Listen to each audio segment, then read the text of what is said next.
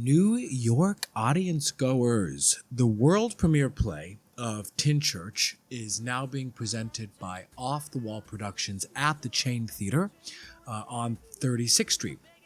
It's written and directed by the true multi-hyphenate, Robin Parrish. I'm a big fan of Robin's, as she really is one of the most talented entrepreneurial creatives that I know. She's a great actor in her own right, but also a tremendous writer and director. And Off the Wall is lucky to have her. This new play, Tin Church, is an unsettling Southern Gothic exploration of generational trauma and the secrets families keep.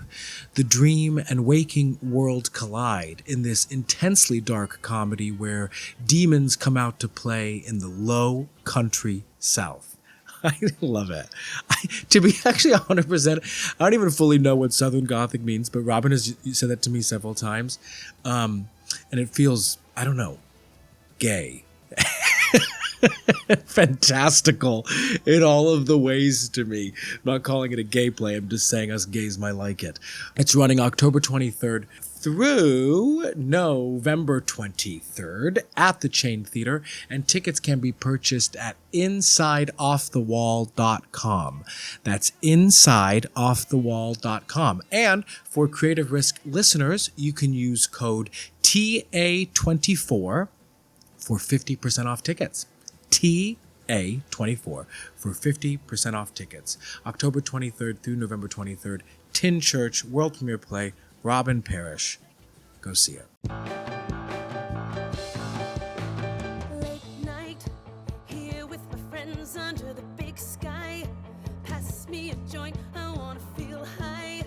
Numb to whoever wants to stand in our way. Do you want to experience a musical that blends cultures, history, and electrifying performances? Well, if you're in New York City, look no further than Distant Thunder, now playing off-Broadway at the A.R.T. New York theaters. This is a really powerful production. It's the first mainstream indigenous musical to premiere in New York, and it tells a story of a young attorney reconnecting to his Blackfeet heritage, setting off an emotional journey of identity and rediscovery. It features gorgeous melodies that intertwine pop rhythms with indigenous drumming and dance. I mean, this musical is unlike anything else on stage today, or probably that's ever been on stage, to be honest. Critics like Theater Mania are highlighting its beautiful and meaningful indigenous dances and talented, vocally impressive cast that makes each performance feel authentic and very alive. It's a joyful celebration of community, tradition, and personal growth that you won't want to miss. I am great friends with Sean Taylor Corbett, who conceived, stars in, co-wrote the book, music, and lyrics to this show. Sean's had a pretty amazing, prolific career on Broadway and a bunch of other theaters all over the country. And this is him stepping into producing for the first time. This is a labor of love he's worked on for many years, and I am so happy to see the success that it's having. And what you're hearing right now is actually a song from the show called Strong Enough. And, I mean, come on, it fucking slaps. Performances run through October 27th in New York City at the ART New York theaters. Visit www.amasmusical.org. That's AMAS musical.org to grab your tickets today and join the thunderous celebration that is Distant Thunder. First off, everyone needs to listen to your podcast. I think you guys are probably my most favorite industry podcast out there, because you guys really teach actors how to actually be entrepreneurs, how to actually market themselves. So I also do feel like every actor should think of themselves as a business person. Hey all, Mike here. Before we get started with today's episode, I just want to ask you to like, subscribe, and hit that notification bell below us if you're watching on YouTube. Or be sure you follow us on your favorite podcast listening app, if that's your preferred way of engaging with the podcast. And if you're feeling extra generous, leave us a review on Apple Podcasts. We read them all, even the bad ones. So leave a review there. Lastly, if you enjoy Creative Risk and you want to dive deeper, consider joining our Patreon community. We offer 3 membership tiers starting at just $5. As a member, you're going to get early access to ad-free episodes, weekly motivational content, bonus full-length episodes, and much more, including a book club. Come on. But it's more than just content. You'll be a part of a community dedicated to accountability and support, helping you stay motivated and inspired. So head over to patreon.com/creative risk podcast. Check out the description below for that link and sign up today. Okay. I should have heated up my coffee. Well, you have that beverage. You know me in liquids. I do know you. I'm actually not too dissimilar. What do liquids represent for you? Oh, God. Wet pussies. Do No, but- dicks get wet? What do you mean? I mean, I know there's pre-cum, but like, you know, it's like... No, they don't. They don't get wet. What do you mean? You literally have a penis. I don't know. I don't know if Is your foot in my frame, by the way? Oh, that's a good point. Let me see. I don't know. Okay, well, you stay there, and I'm gonna go look. Okay, go look. Yeah, they don't get wet. Unfortunately, that's not gonna work. Oh, what about? Oh, that's so annoying. Okay, well, you're gonna have to be, because we got the knees enough. You know what I mean? You're getting the knees in there. Get in the knee. I'm gonna punch in. Anyway, so yeah, I guess, I was wondering, like, I don't know if there's some gay magic or some gay biology that happens. No, nothing. No gay magic. Just being more interesting and talented and dynamic and Oh, wow. intelligent, put together Okay, than everybody gay else. excellence now. Gay excellence. There we go. I should get a shirt that says gay. You should excellence. get gay excellence. It's as gay, but like this is black excellence, but I cross out the black and make it gay. That's good. That would be You so swear bad. it to class. That's so bad. But yeah, I wish but anyway, whatever. Which you wish you could put your feet up? No, It's okay. That you no, it's fine. It's gonna be okay. Maybe I'll put my feet this way. You just fully lay. Maybe I'll fully lay down. Fair enough. Anyway, whatever. So Hi, friends. hi, I was reading. I think by the time this comes out, it'll be announced unless Okay. I get fired. But I was reading Anything Goes. Last night. I don't hope you get fired, of course, but that would be so. That'd be funny. so funny. Yeah, just like the industry podcast that Mike can't get a job. That would be great. I'm doing Anything Goes at Gulf Shore Playhouse Yes. coming up Yes, And as to- Moonface Martin. as Moonface Martin to open up their inaugural space. Yes. Is your sound off? Yes. And I say this because I was reading the script again last night. I was a little high Okay. because then I smoked I hit my vape after, I was like, okay, I'm getting really high now. Okay. And then it's such a good script. I know they've worked on it but this new book is actually really funny. And the music, the lyrics, Cole Porter's lyrics Absolutely. are yes. incredible. Oh yeah. And it's funny. I was listening to they're just the images he has like all through the night, like the images and it's just all through the night Yes. I delight in your. yeah, it's just really good music. Well, Cole Porter's amazing. I mean, and What was his deal? Who well- was Cole Porter? Was he gay? Well, what do Was you he think? black? Well, you're the top. You're the cat. It's all gay entendre. Listen to the lyrics and you're the top. The whole thing, that's what his whole thing was. And not his whole thing, but you're the top. You're the cat's pajamas. Hey, well, baby, I'm the bottom. You're the top. It was all that. That's that. So he was sort of playing, he was very tongue in cheek. One of the, next to Irving Berlin at the time, the two of them were like, America's composers. Yeah. And Cole Porter, all of his material is super tongue-in-cheek, super coy, super funny. He's a great lyricist and a Amazing. great composer. Amazing. I agree. mean, I was reading this. I read the lyrics twice. I was like, Yeah. it's just like, and the way it toggles between, very not upscale. What's the hoity-toity shit, and then like very like funny shit. It's just. Well, it's you should. I don't. Do you ever get turned off watching other performances of parts you're going to do? Yes, normally, but what were you gonna say? Well, Robert Lindsay, who played Moonface in the most recent production with Sutton Foster, not the one in New Yes, York. they did it with the in one London. in- Yeah. He is amazing. You would do nothing what he's doing. Yeah, I watched a clip of when I auditioned for it like months ago. He's very cool.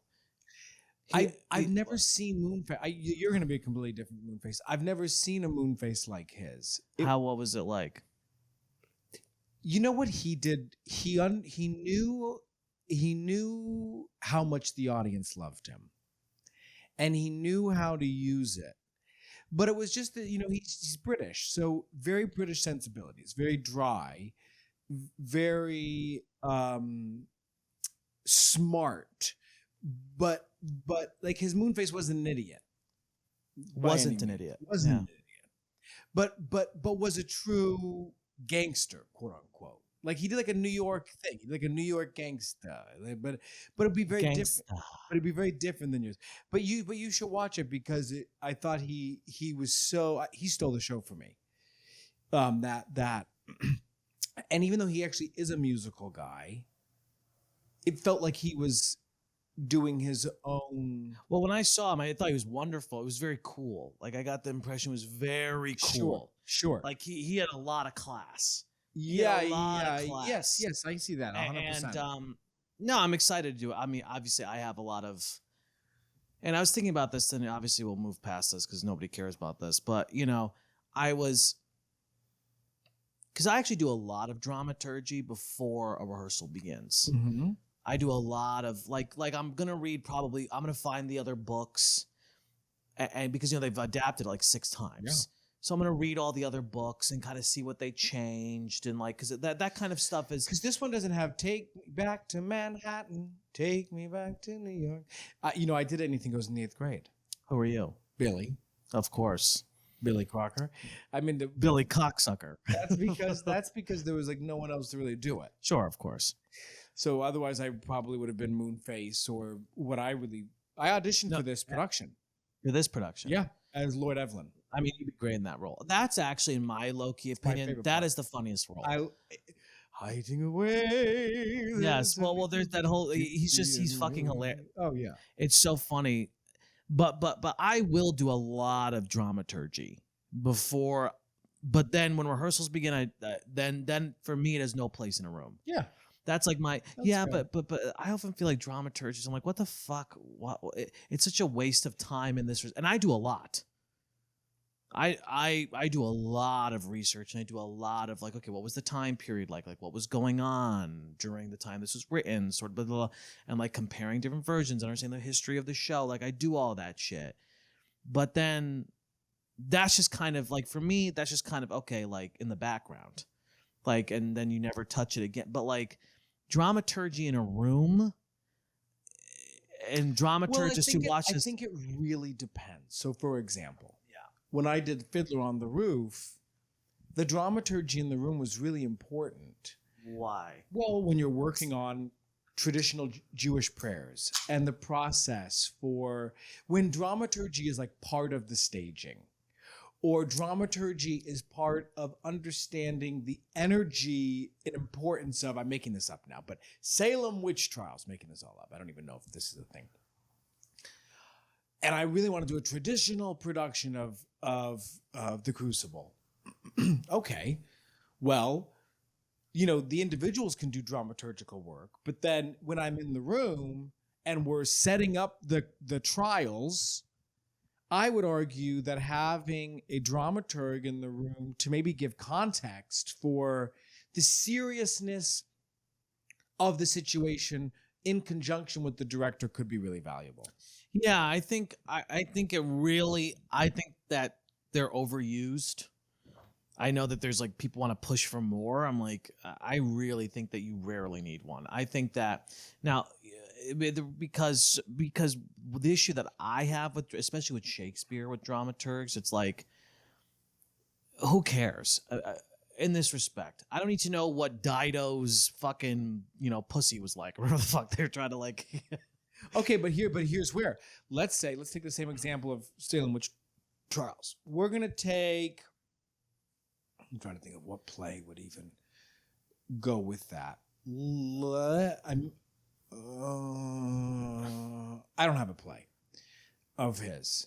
But let's say that we're gonna set it during the same time period, because everyone does concepts with Shakespeare. Yeah, that's So- absolutely. But if you were to do if it's a very time specific, that I think is a unique situation. Cuban Missile Crisis is the era, and I'm doing The Tempest. Okay, well, how the dramaturg's job is to, and subsequently the company's job is to make sure that we're telling that story based on that conceit as clearly and specifically as possible. Yeah, maybe and I will maybe my issue is, like I said, I do a lot of dramaturgy myself, so it's like maybe people don't do that, but I think that's part of my job. So it's Sure. like that's why for me it feels unnecessary No, totally. sometimes, because I'm like, okay, like Totally.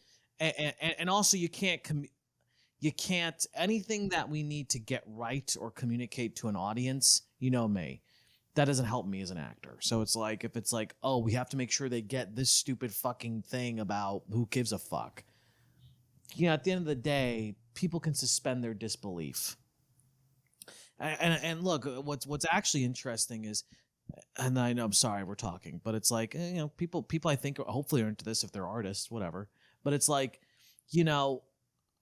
I don't appreciate literalness in the theater.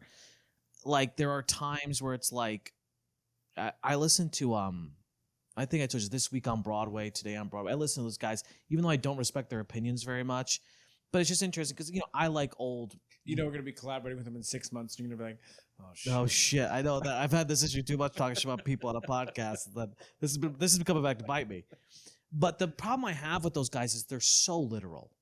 They're so literal. Like, if it's the 1920s, we have to do 1920. It's like, no, we don't. It's like, nobody cares. It's like, it's no, totally. And whatever. But I'm really excited. It's such a good show. Yeah. I mean, music is so good. I think now look, here's the thing I will say about the book. I think those guys did a really good job with the book, because the book colors the music. It heightens the music, Sure. right? Music's good on its own, but in context. No, Anything Goes is an example of a really strong musical in terms of. This is good. It is good. In terms of having a clarity of story and conflict that's set up very quickly, and who wants what, and telling the B and C storylines. Yours very much included as part of that, and what they're doing there, and how it relates to the rest of the, Hope Harcourt and Mrs. Harcourt, who I think your character sort of has a thing for at some point, or something like that. And the music does lift up the moment, but still honors like the traditional musical theater. Let's put on a show. Yeah, and it's exactly. funny, It's and- fun, and it's It's a great show. and I think it's commenting on the time it was written in, and blah blah blah. I realized, talking out loud, workshopping this, I should absolutely interview Kristen when I'm down there. Oh yeah, Talk about, what she's done there is yeah. just incredible. Well, the fact that they built out this massive venue. Oh, it's like I think it's like It's a campus. $50 million It's like or $2 something dollars. Yeah. It's like this. Talk about today's topic, fundraising. Right. That's what she fucking gets. She gets it, and so. Well, I would argue that almost any arts leader sort of gets it. The question, Well, good arts leader, sure. Yeah, exactly. The question is, if I think they all get it. Anyway, Mike sort of said it. So today's topic, ladies and germs, is all about fundraising. Yes. Which is a massive topic. So, Yes. And we're going to keep it a bit general because, for example, there are so many different considerations when it comes to fundraising, certainly strategies and where's the money coming from. It can be different depending on what the goal of the project is. So in a very basic sense, is the goal of the project to make money or not? i.e., are you taking on investors? Are you taking on donors? Which is a different consideration. Right. We are going to talk about some of that throughout the process today. But the big reason why we always come back to fundraising is because it's kind of like saying everybody has to use a sailboat to get around the world, but we're not going to give you an oar. Meaning, we talk so much about the importance of self-producing. We Right. talk so much specifically about how that is the most powerful tool you likely have as an artist. And therefore, we do spend a lot of time thinking and talking about fundraising in conjunction with that. Also, just because, even separate from just self-produced work, Right. if we are employers and not employees, then we have to consider, well, where's my capital coming from? Correct. Yeah. Yeah. No, I mean, it's the number one thing everybody complains about, which is, don't have enough. Are you okay? Yep. I don't have enough money. There's not enough money, or the money, it's unequal, and all this shit, which is true. And I mean, the quickest way to remedy that is to learn how to get money, in whatever form. So yeah, we need to be able to learn this skill. I would argue all artists in 2024, it's a great point that you make, that especially if you're taking a leadership forward-footed mindset in your career, you need to understand where capital's coming from. It just makes complete sense. And it is, it's something I prioritize, and I think maybe, I know this is not a thing, but maybe very briefly, like, because just like in general, what are our experiences with it? Like I've raised maybe like $50,000 in my life, maybe 60, but like, you've raised obviously much more. And it's not something that I believe is as forward-footed as I could be on it in terms of getting ahead. And we'll talk about this, but it doesn't, although this work, the benefit of this work, it is much more like present in my life in terms of, oh, I'm going to Gulf Shore. The first thing I'm thinking about is, okay, who am I meeting down there? Because it's one of the richest cities in the world for, there's donors, my mind automatically went there, after a couple of, I'm excited and I can't wait to do but I was like, oh yeah, like I'm going to be around very rich people and cool people who support the arts. What does that mean for me? And so it's something that that is always in the back of my mind. I'm not as forward-footed on it as I would like to be, nor as prepping for it as much as I would like to. Well, I mean, it's interesting because I know I always talk about how running No Rules, which was the theater company that I ran for a while, has informed so much of what artist strategy is. But this was a main example because you could never raise enough money and you could never do enough donor cultivation. It just was endless. I mean, it's truly endless. And one of the challenges at the time was going like, well, where does my time and focus go? Because we always needed more money. Right. We always had to be thinking about how we're going to do that. And yet there were a million other things to do. Right. And how that relates to what you're saying is that feeling hasn't gone away. The number of producers and even as I say this now, I'm thinking of so many examples in my head of people of late whom I'm sorry, I'm just kicking myself because I'm going to go on this tangent because it relates to this. I can bleep out names too or whatever. There was an investor on Little Girl Blue, the Nina Simone musical, who wasn't my investor. She was E. Clay's investor. But she's come along on every project that E. Clay has brought her back to. And I sat next to her at this event that E. Clay was actually producing. And we reconnected, and I 100% should have followed up with her afterwards. Simple. So great seeing you. So great seeing you.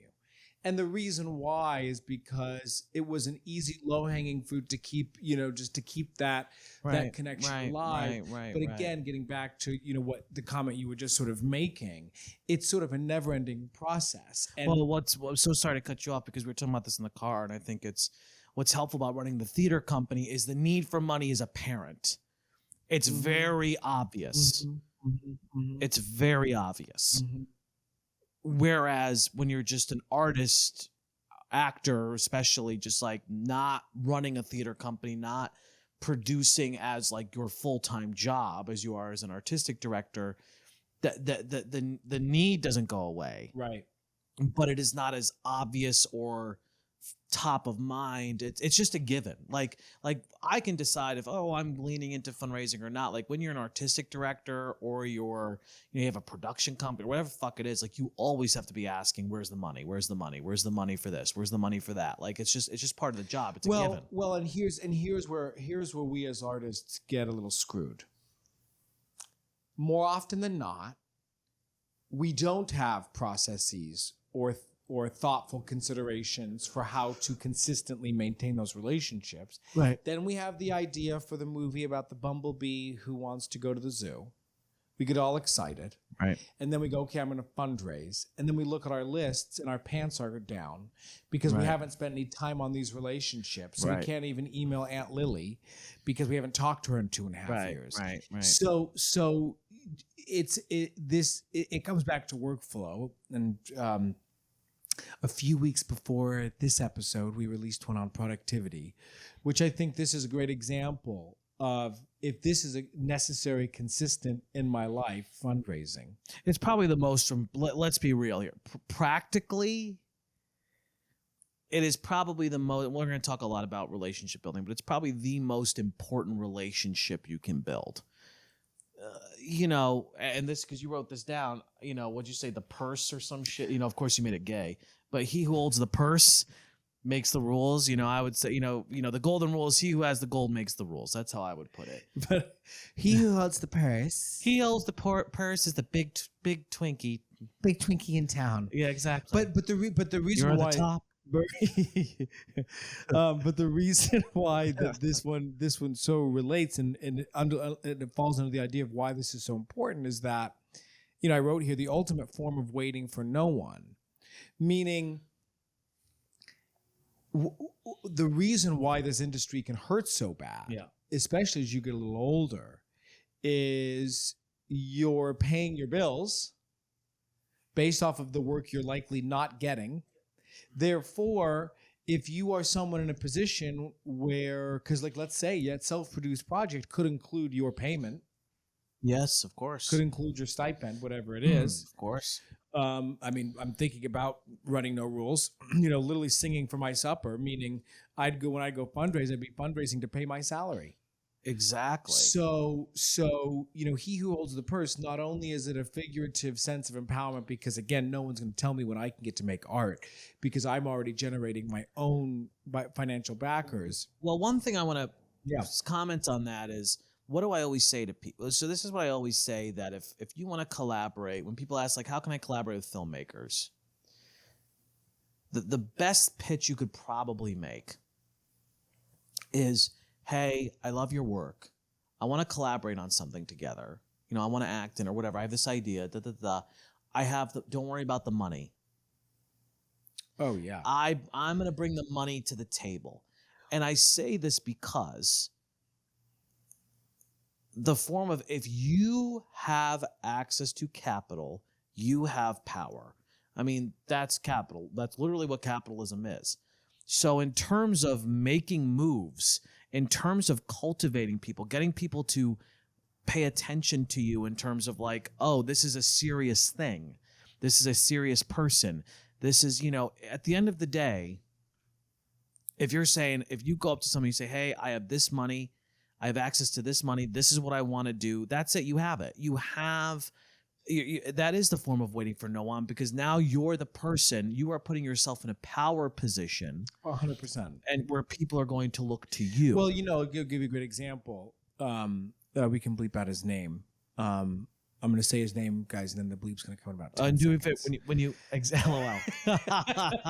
But when you say it, take a brief pause afterwards, because it's always like blink, and it's like, say the name.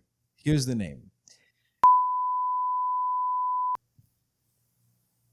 Okay. Recently produced that film and went to the filmmakers of his choice and said, fully funded, I just want you.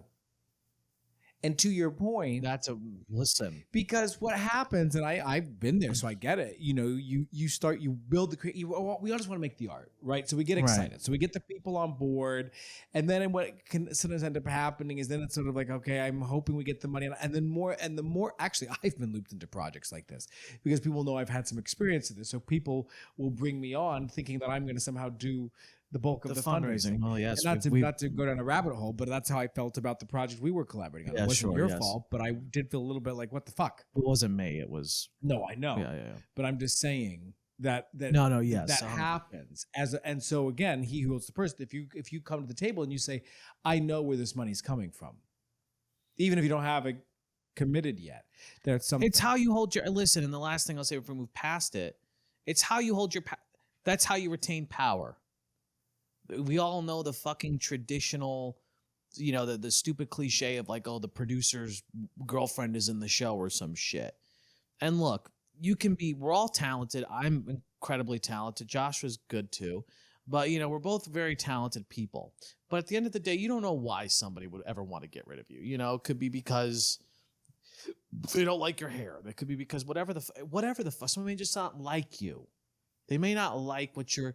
And so if you have money, invest in these things. It's the ultimate collateral. It's the ultimate insurance. Right. It's the ultimate way to ensure that, you know, you retain power. For sure. And that's, I mean, we're going to get into sort of the fucked up things about that, but, you know, it is what it is.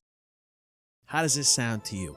Art that blurs the boundaries between touch and sight, metal and paper, nostalgia and the future.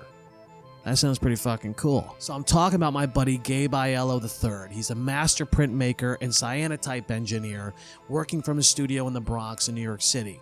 Gabe's work pushes the limits of printmaking and sculpture, creating vivid, multi-layered etchings on metal, canvas, and industrial surfaces. His pieces reflect themes as broad as love and memory and as provocative as virtual warfare and, of course, human connection. With a background in studio art and physics, which was honed in institutions in Miami, Japan, and China, Gabe seamlessly combines chemical, mechanical, and artistic techniques. His work has been featured in renowned venues around the world, including the Louvre in Paris, MoMA in New York, and the Low Art Museum in Miami. So whether you're drawn to the striking interplay of engineering and art, or you're curious about the process behind his unique cyanotype creations, Gabe's portfolio is a must-see. Frankly, his art is very much my vibe and aesthetic, and it's collected internationally by many people. I'm a huge fan of Gabe's work. So explore his world at www.GabeAiello, that's AIELLO, GabeAielloArt.com, or follow him on Instagram at Aiello Studio. That's once again GabeAielloArt.com or at Aiello Studio on social media, where industrial form meets artistic soul. So, moving on. Well, one of the things you wanted to talk about briefly, and I do think we should talk about it, is the difference again between commercial versus not-for-profit fundraising. We were just saying it. Yeah. Because this changes a lot of things. It changes who you're targeting. It changes certainly what the pitch is. It certainly changes what the strategies are. For example, in a very basic sense, if I'm producing an off-Broadway show that is a commercial venture that I believe has the ability to run and make money. Well, let's just, yes, finish your thought before we specify what that means, but yeah. Commercial, for profit, make money. Then when I make a pitch, my pitch isn't just about me. My pitch is, I am offering you an opportunity to make money. Correct. As opposed to same play, 3-week run at a small theater, not going to recoup. But it is part of my, and we'll talk about this too when we get to creating a pitch, but the larger vision for my career and how this project is going to do that, how it's going to help me meet those needs. Right. That's a more personal pitch. Right. That might require different returns.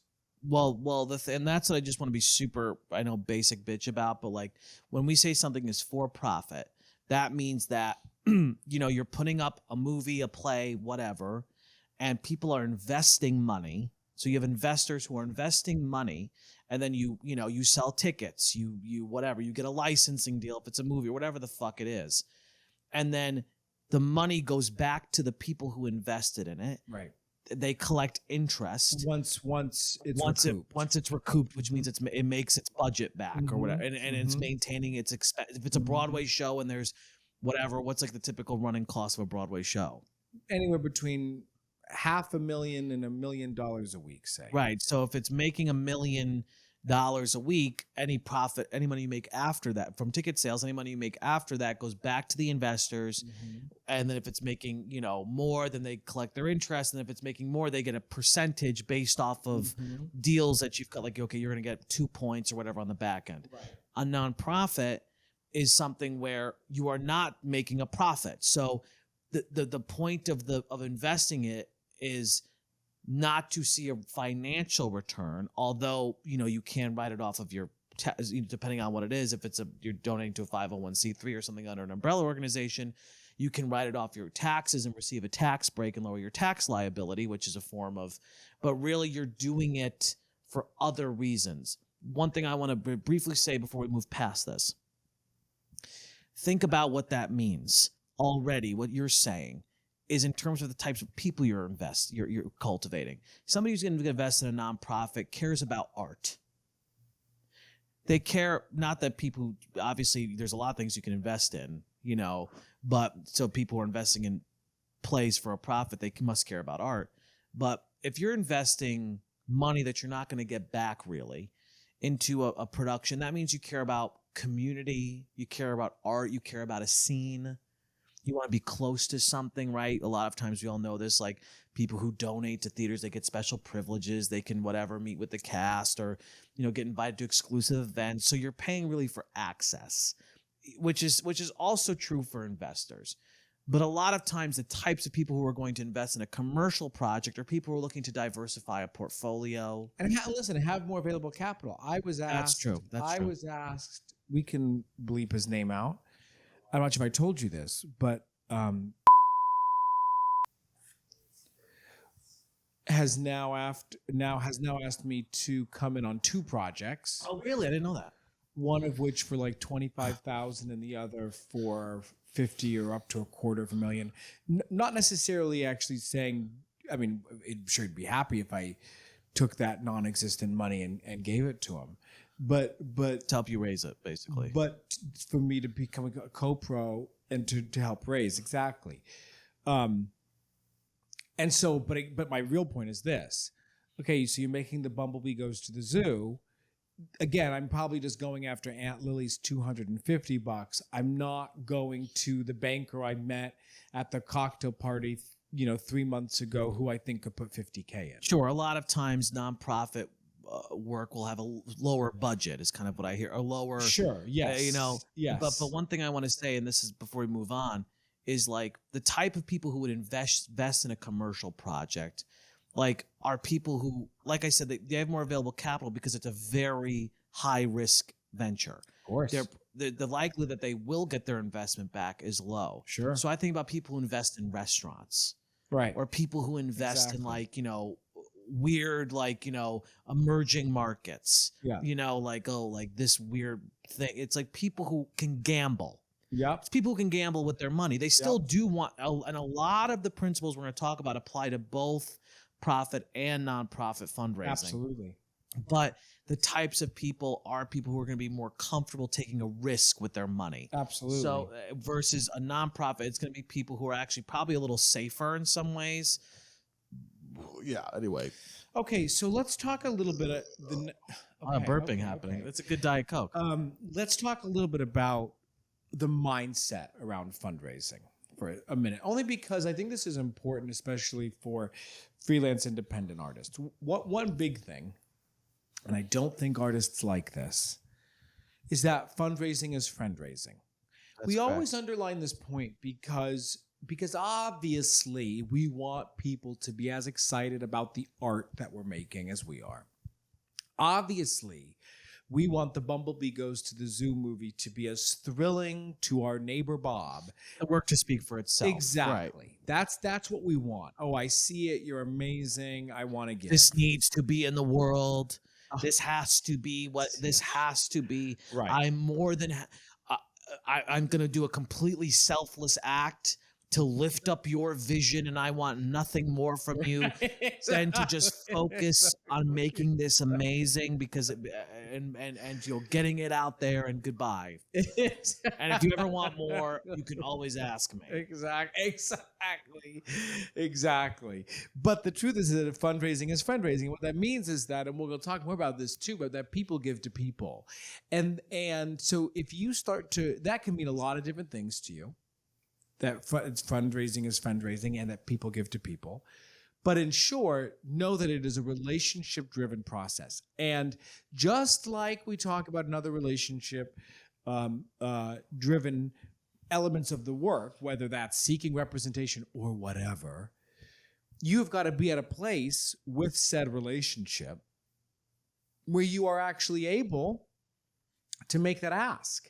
Right. And again, we'll talk about more why that's a challenge. But really quick. Yes. The reason why, and that applies to, because I just think it's important to hit that, like, people can put their money anywhere they want. There's a million amazing things for both profit and nonprofit worlds. There's so many places your money can go. Yes. Somebody who is rich, their money can go to. So ultimately, the deciding factor is going to be, do I trust this person in front of me? Do I like this person in front of me? Right. Even if it's a for-profit venture and you actually think that the thing has legs and has money, if you don't like or trust the person you're giving the money to, that's going to make a bit, unless it's a completely undeniable, which nothing is, unless it's a completely deniable return on investment, it's going to come across, like you're saying, to the person in front of you. And do you trust them? Do you like them? Do you have a relationship with them? Sure. That's what it's always going to. Why do artistic directors spend so much of their time making friends with people with money? Because, okay, this year, are we going to give $25,000 to the ballet, or are we going to give $25,000 to Boopy Company? 100%. Whatever the fuck it is. What's that going to come down to? It's going to come down to, well, who do I like more at the end of the day? Who do I like more? Who do I have more of a relationship? Who do I trust more? Who cares about me?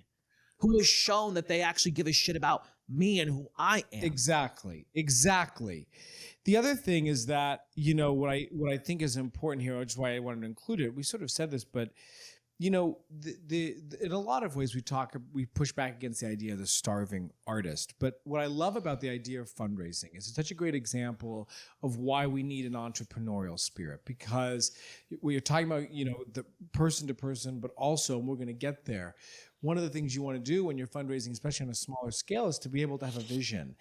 And what is the vision of your career? What is the point of view you have as an artist? Essentially, quote unquote, what problem are you solving?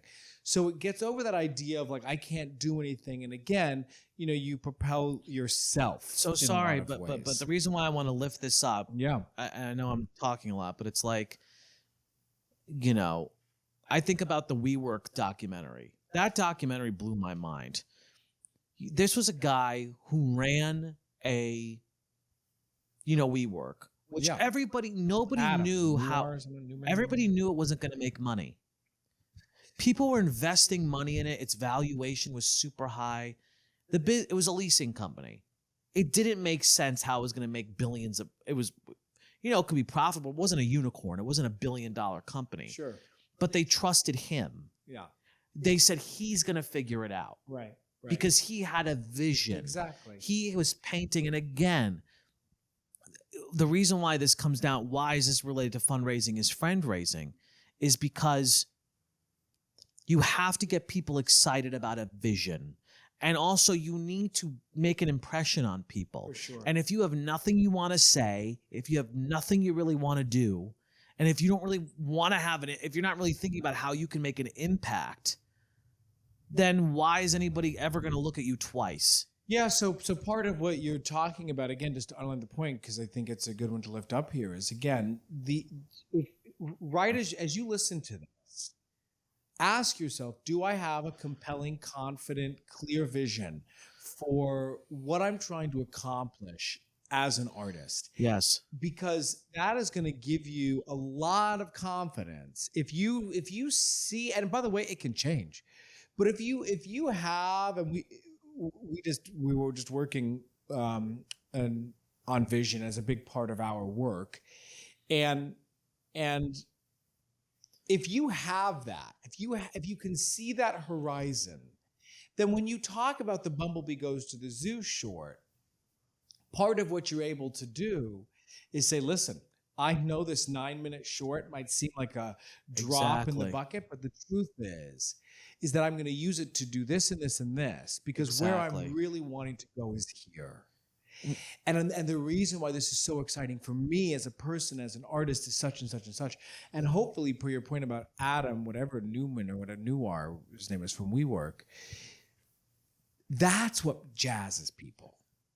That's because they what want to you- get it. Well, to be very just to be very literal about what you're talking about. We've talked to Rashad, your manager, who's a very successful Broadway producer at this point. E. Clay has talked about this. If you are able to paint a vision of your career, the chances that when somebody invests, Rashad has said this, E. Clay said this, their first couple of shows, people didn't get their money back. Right. But they were able to go back to them because people were okay. They understood that on the ground floor, we're not going to, we're going to have some losses. Right. But I believe in you and I believe in where you're going. So even though I may not see a return right away, I'm going to continue to support your work because I Right. think you are going to be something. 100%. And I want to be one of the people who, for my ego to have, or not even ego, just to be a part of something, Right. to have made it happen. Because I think you're special. I think you're going to do special things. But also, when you do have that fucking big hit, I want to be sure that I'm still one of the people you're coming to. Exactly. So quite literally, that's why a vision is important, because you have to get people invested in the long game, not just in, hey, give me the money for the Bumblebee short and I'll never talk to you again.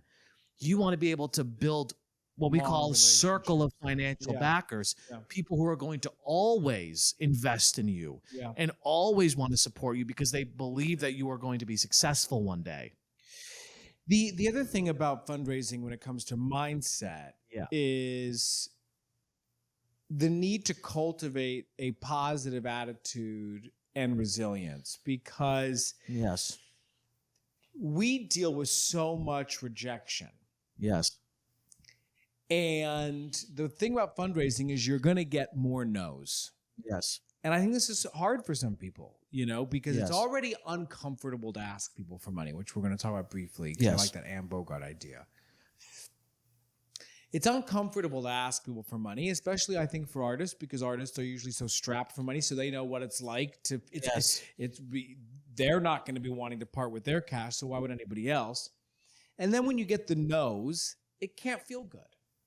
It can't feel good because we already usually are carrying around so much self-doubt. And it's so literal because you're literally saying, give me money. It's like you're literally saying, may I please have money? And somebody's going, no. And Like see, it's so painful. I don't see the value of that. I don't see it. And so the need to cultivate a positive and resilient mindset going into the fundraising process is a necessity. I would just argue that it's part of the benefit of it is Oh, yeah. putting yourself in that place. Oh, I mean, how much did having to always ask for money, like how much did that harden you or toughen you up? Yeah, a lot, right? Because it was the rejection, but it was also the work that went into it. Like, talk more about that. Well, I'm thinking there are plenty of people over the years that I've put a lot of time into, and genuinely, it wasn't always just about a quid pro quo. Sure. We'll talk about that. But understanding that this was I was cultivating in the hopes of support, and it would a lot of times be not yet, and it's maddening. When 18 months go by and you've put so much time into someone who you also know has the resources and still won't bite, it it's interesting. I mean, this kind of might dovetail into what you brought up too, which is the dancing for this kind of support, the dancing monkey nature of this. Well, look, and that's the thing is what you're talking about too, that I think is a mindset shift that's not really here, is sometimes when you build adult relationships, some of them might start as transactional. And that's okay. That doesn't mean that they're inauthentic. Sure. It's like we have to have, like, let's have an adult mindset here where it's like, there are people who have given me money in the past where that's why originally I was cultivating them. But as a way to do that, like I wanted to really get to know these people and really be their friends. Yes. And now I consider some of these people like really good friends. Yes. And that's exactly. And so it's like but one thing I know is like, oh, it's icky to like make a friend. You're using somebody. But that's the thing though, is you have to realize there are so many people in the business world, and this is what artists don't get, where relationships that are real friendships, people you will have to your fucking wedding, people you will have that are they're colored. Sometimes they are transactional, like, okay, we gotta be sure to invite Billy to the wedding because I like the guy, but also I want to continue to do business with him. Right. Like it's just part of life. So it's a very adult concept that a lot of artists don't have yet, that it is okay that a friendship is not like there's an element of transaction in it. It can't be all now look, one of the things is you have to build genuine relationships with these people, which we'll talk about. But that's a mindset shift that I feel like I think you're right. I think you're right, and I think it's a nuanced idea. Because again, going back to the idea of rejection along with it, how then does that not color the genuine relationship you're trying to build? Well, exactly. This is some nuance right here. This is some nuance. And it's easier said than done. You can have but I do believe, and this is deja vu. I don't know if we've talked about this in the podcast, but it's like, I believe that there is a world where you can have a genuine friendship with somebody and care about them while also having a transactional relationship with them. To an extent. Well, I think about my relationship with Rashad. I always talk about it on this podcast, my manager, because I actually do consider Rashad my friend. We have a very friendly relationship. We talk about a lot of things, but at the same time, he expects to get paid, and when I don't pay him, you feel the shift in the relationship. But when I say don't pay him, I mean I forget to send that commission. It doesn't mean he doesn't care about you. It doesn't mean that he doesn't like you. It doesn't mean that you guys don't have a genuine friendship. Of course. But this is real world. This is the real life. Right. It's not dreamland where everything is like completely. Well, I'll tell you, I'm pivoting here, but I'll tell you this, this is an interesting example. I spent a lot of my life wearing two hats. And that's kind of what this is. Well, this is a random example, but I'll never forget when we left school, and I started running No Rules, and the company was going on, and we were auditioning a lot of my friends, people that I either went to school with, and they weren't cast. This is a random example, though. You felt the change in the tenor of the relationship. And Great point. I'm so sorry, but I have to say, and I know I just was in a different circumstance, I was able to separate the two. I have a lot. I've burned bridges because I was not able to separate those things. You mean like you felt directors who? There's one director I'm thinking of in particular who I had a phenomenal relationship with, who cast me my first show in New York, who I really cared about, and they didn't cast me in the next show. I auditioned, and they didn't cast me in the next show, and that I was hurt. I was really hurt. And that kind of destroyed the relationship. Interesting expectation, right? No, well, let's just be clear. I'm not saying that's correct. No, that's I very know. about me. That's very about me. But this is where money. I'm not going to say the name. Okay. Who I'm. You know who I'm talking about without even saying the name. Yes, just the Yep. look in your eye, the fear, the trauma in your eyes. Yes. Especially when it comes to money, which could be such a carrot for artists. Yes. It as you sort of cross into this, it's not just resilience in the face of rejection, it's resilience in the face of boundary setting. Well, and that kind of pivots this next point I just want to raise up, because, you know, there is a great, I'm thinking about, and we are actually making up an example here, but it is inspired by a real life example that is very present right now in where we are in our lives. Let's just say that. There's okay, so there was a theater company. It wasn't really a theater company, but we're saying that to be mysterious. There was a theater company, and the actors in all of the shows, well, it doesn't actually quite work this way. Let me say it. How do I word it? There's a repertory theater company. There's a repertory theater company. Actors are always this. So the actors, so it's the same actors, and it's their company, and it's otherwise, you know, before you know it, we'll literally be saying it. yeah, and it's their company, Yeah. and the actors run the company. Okay, I think it's like that. That's kind of an equivalency, and they're expected to go to donors' houses. Yep. And go to the donor's house and basically sing for their supper. Sure. Schmooze with the donors. Hey, you got to sing for the donors. Yep. And these donors are literally the ones paying their rent. Yep. Okay. The donors are paying their way. And some people in the company expressed, what would you say? Concerns, hesitations, because one of the people who was a man, and even though he didn't do anything overtly fucked up or touch or grope or make even sexual comments, he was a little, how would you describe it? A little overly informal. Yes, with some of the women who are involved.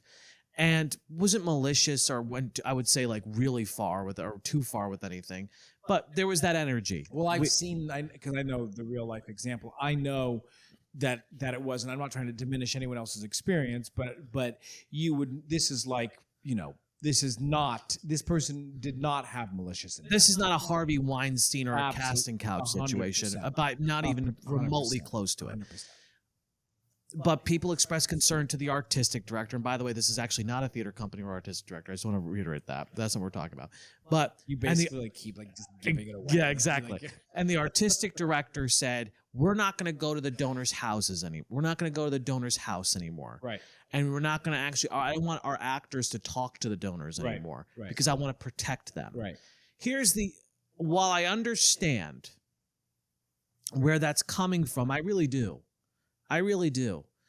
A lot of fear, especially in this very whatever moment we live in, you know, power imbalance, power dynamics. You know, it's actually happened in New York. People have, you know, actors have complained about being paraded in front of donors or whatever the fuck. Yep. Look, at the end of the day, here's my, you know, why I don't think that is I think that's a flawed mindset. I'm not saying that you should blow, because again, where do you draw the line?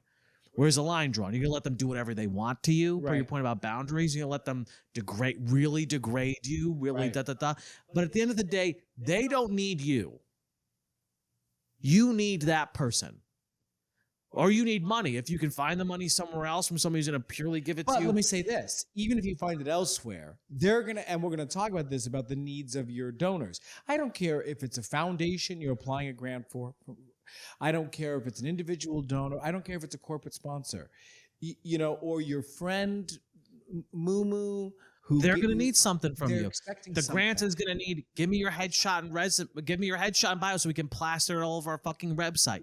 Right. Well, you're going to have to give away something for money. 100%. Period. Point blank. Exactly. The No one's just going to give end. you the money. Exactly. You are going to have to part with something, and you decide where the boundary is. But the reason why I want to say this is why I think this theater company, where they were misguided, and you brought this up, was because they're perpetuating a myth to their actors, a myth of let the work, the people will, and it's not a real life experience. I'm not saying that you should endanger the actors, but it is not a real life experience. And one of the actors who had this experience, who said to me, which I think is a great way to put it, and has continued to have a relationship with those donors, has said, well, yes, first off, they're not bad people. This person admitted it. They're not bad people. They're old, misguided in some ways, but said what I can put out in the world was more important than anything they could take away from me. That's how they worded it. So anything I could do with their money to put out into the world is more important than anything they could take away. And that's a great mindset to have. That's a great pivot too, is again, this final point. There's this great book that I used to carry around that Anne Bogart wrote called Making Art in an Unpredictable World, was the name of the book. And in it, Anne Bogart, who ran City Company, created Viewpoints, she talks about fundraising as part of the creative process. Yes. She talks about how she uses fundraising to clarify her objectives, to clarify the purpose for the piece of art she's making, that then sometimes in the process of pitching and asking for the money actually reshapes the art by what she's discovering through that process. And well, think about it. You're going to have to ask yourself questions like, why should somebody care about this? Why is it important? Why is it needed? Well, and I'm thinking about, you'll bleep it out. Jesus. What? The number of bleeps? A lot of bleeps. Okay. The number of just the conversations I've had about money and literally going back to your point about just wanting cash and expecting to do nothing for it. Very frustrated at the notion that there is going to have to be the cultivation work or something given in return. And this is just funny, obviously. I mean, it seems so basic, right? But like, how could you? Well, it's entitled. Exactly. It's a very entitled belief, and because, and right now we're hovering between 2 points, but to fully lean into the point you're making about the Anne Bogart thing is, when you have to pitch or ask for money or ask for an investment, it's gonna make the piece better. Because now you may have to ask yourself questions like, well, if it's a commercial project, how will this make money? How am I gonna? How is it gonna make money? Why is it important? Why will people come? As opposed to just being me. My journal entry, to quote Rick Rubin, as opposed to just being my journal entry. By the way, like, he doesn't make music; he's a fucking producer. But anyway, whatever. It's like, as opposed to just being like my journal entry, I'm gonna have to go. Why? Why is this? And that's not. I don't think that's a bad question to ask. Why do I need to make this piece of art? Why is it needed in the world? What's the relationship people are going to have with it in terms of how I want it to affect them? Like, but this is exactly the thing that's so challenging, because artists, because they just like it, and I'm saying what I hear people say all the time. This is hard for them to answer because they just like it and they just want to do it. And what you're saying, why does this matter to them? Why does this piece of art matter? It's work that we don't always want to do because we just want to get to the thing. right. Because we know in our hearty hearts, in our lovely, beautiful, dynamic, unique hearts, if you just let me show my goods, I'll be the true star that everyone knows me to be. It's a great point. And don't really want to do the work of like, oh, why does this matter? Why? Because the truth is, it probably doesn't matter. No. That's the truth. And which is a scary question to add. It's a scary revelation to come across. Because then you might have to go, well, what do I do with that information? Or, how do I... Now, look, I just want to say, this is obviously... Because this is not the problem happening in the industry, really. The problem happening in the industry is the exact opposite. Is everybody just trying to figure out how to make money. So there's no creativity. There's no anything. But imagine we're talking to our peers. We're not talking to the studio execs at Paramount, right? Like, it's actually the polar opposite problem for the industry at large right now. But imagine if you could, with your originality and your creativity and your artistry, and you were able to just add 10%, 5%, and be able to speak to somebody in the language of monetization. Here's how I think it could. That's what we need right now. We need original people, creative people in this to make original creative things right now, because there's not a lot of it. Yeah. So we need that. And how you are going to get, if you just take 15% of the 100 and are able to sprinkle it into your artistry, you're going to have experienced success. You don't have to You're become talking about fundraising? I'm talking about, what I'm talking about is this idea of thinking about why is this, thinking from a market perspective. That's what we're talking about to an extent. We're talking about a market perspective. Why is this, I'm thinking about mainly for commercial fundraising. Okay. Why does the market need this right now? Right. Here's how it could make money. Right. The problem is that's how that's how people at the top think. Right. And that's all they think about. Right. That's the problem. And that's why everything is falling to shit, because nobody's doing, that's why there's fucking sequels all the time, because Right. nobody's thinking about, nobody's trying to make art, they're trying to make money. Yeah. So I'm saying to our peers, the people who we're relating to, who are talking about the BBB my feelings, or this is just what I want to put out in the world, that is valid, and we do need that because Yes. we're missing it. Yes. But imagine if those people were able to just speak a little bit more in the language. Oh, just a little bit more of consideration. Yeah, Consideration, it would elevate, it would just, and we need that. Hey, human being, do you think you might have some generational trauma? Do you think maybe your families have some secrets that they've kept? Yeah, me too, because we're human. And what better way to reflect on that than through art, right?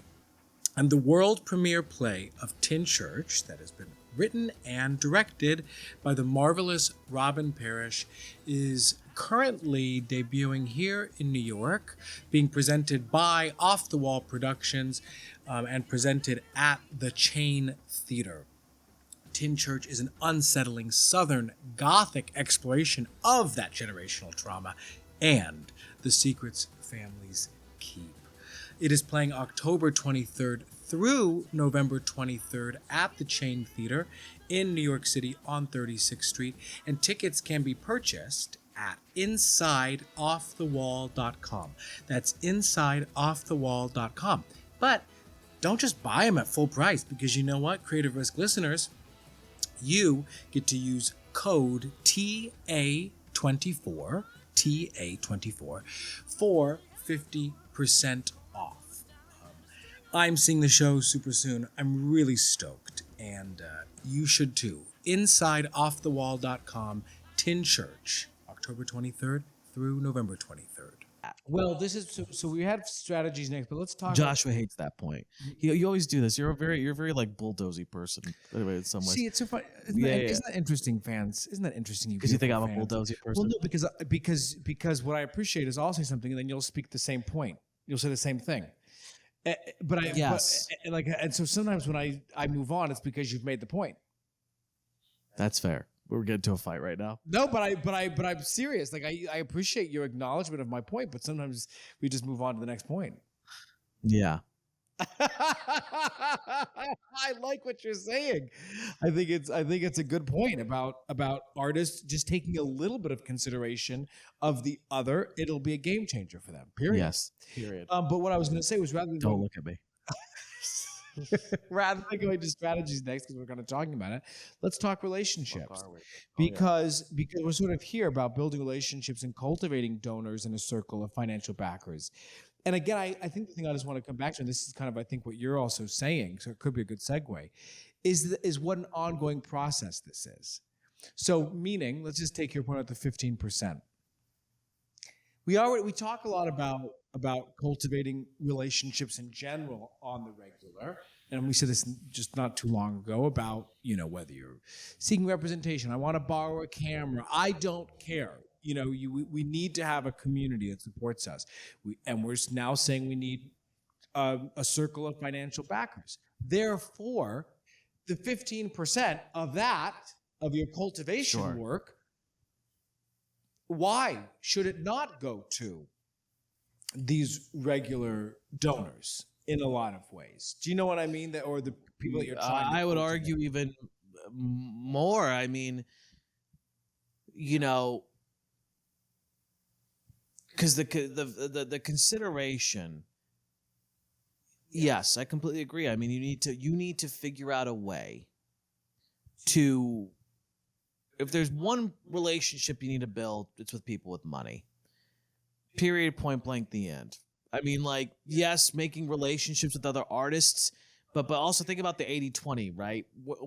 What's the thing that's going to, give you 80% of your results, right? Or whatever.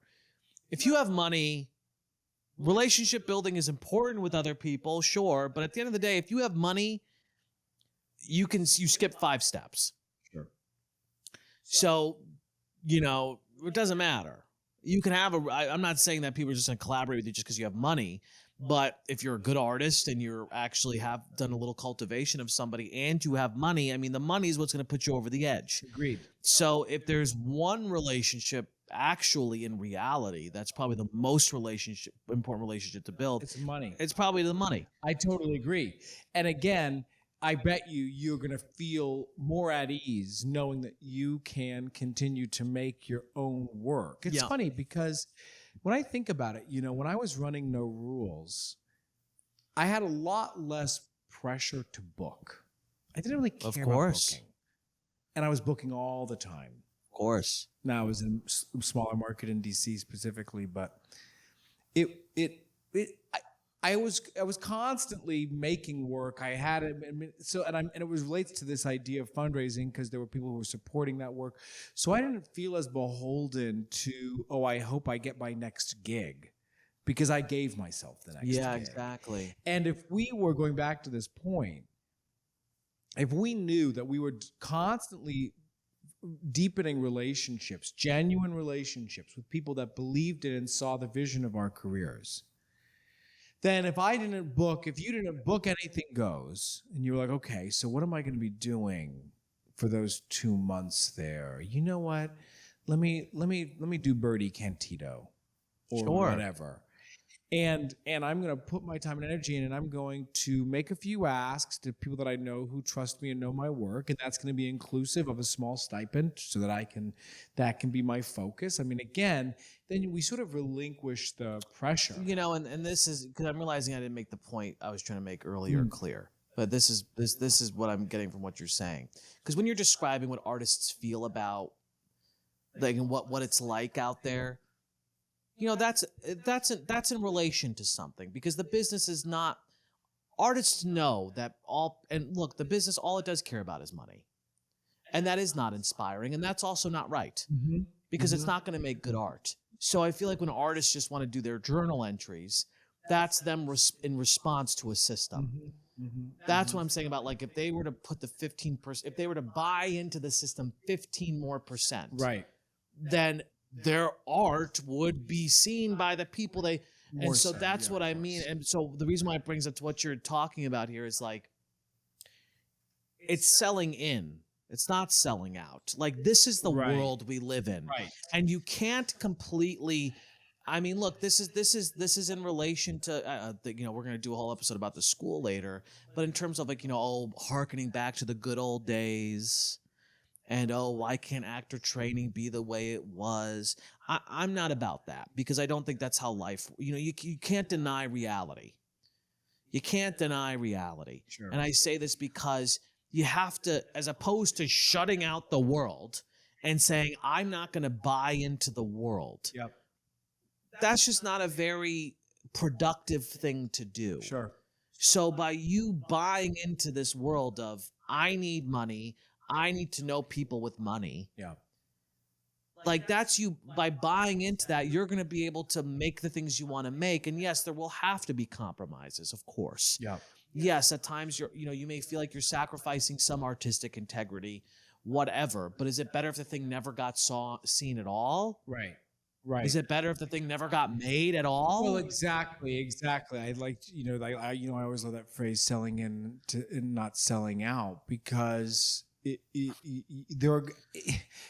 just, what's always true for artists is how many parameters, barriers, boundaries we put up, as opposed to really going, okay, what is this going to take? And then, along with our career vision, the other thing we've been talking a lot about is career values. And so you have to really gauge for yourself, what are my values, and what am I willing to forego or not? Right. And it's not our place to put a judgment value on other people's values or boundaries, but then don't bemoan shit if you have so many walls up on what you're willing to do.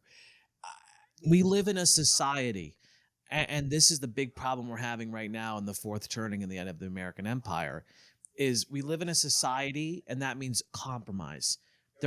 Everybody will have to compromise.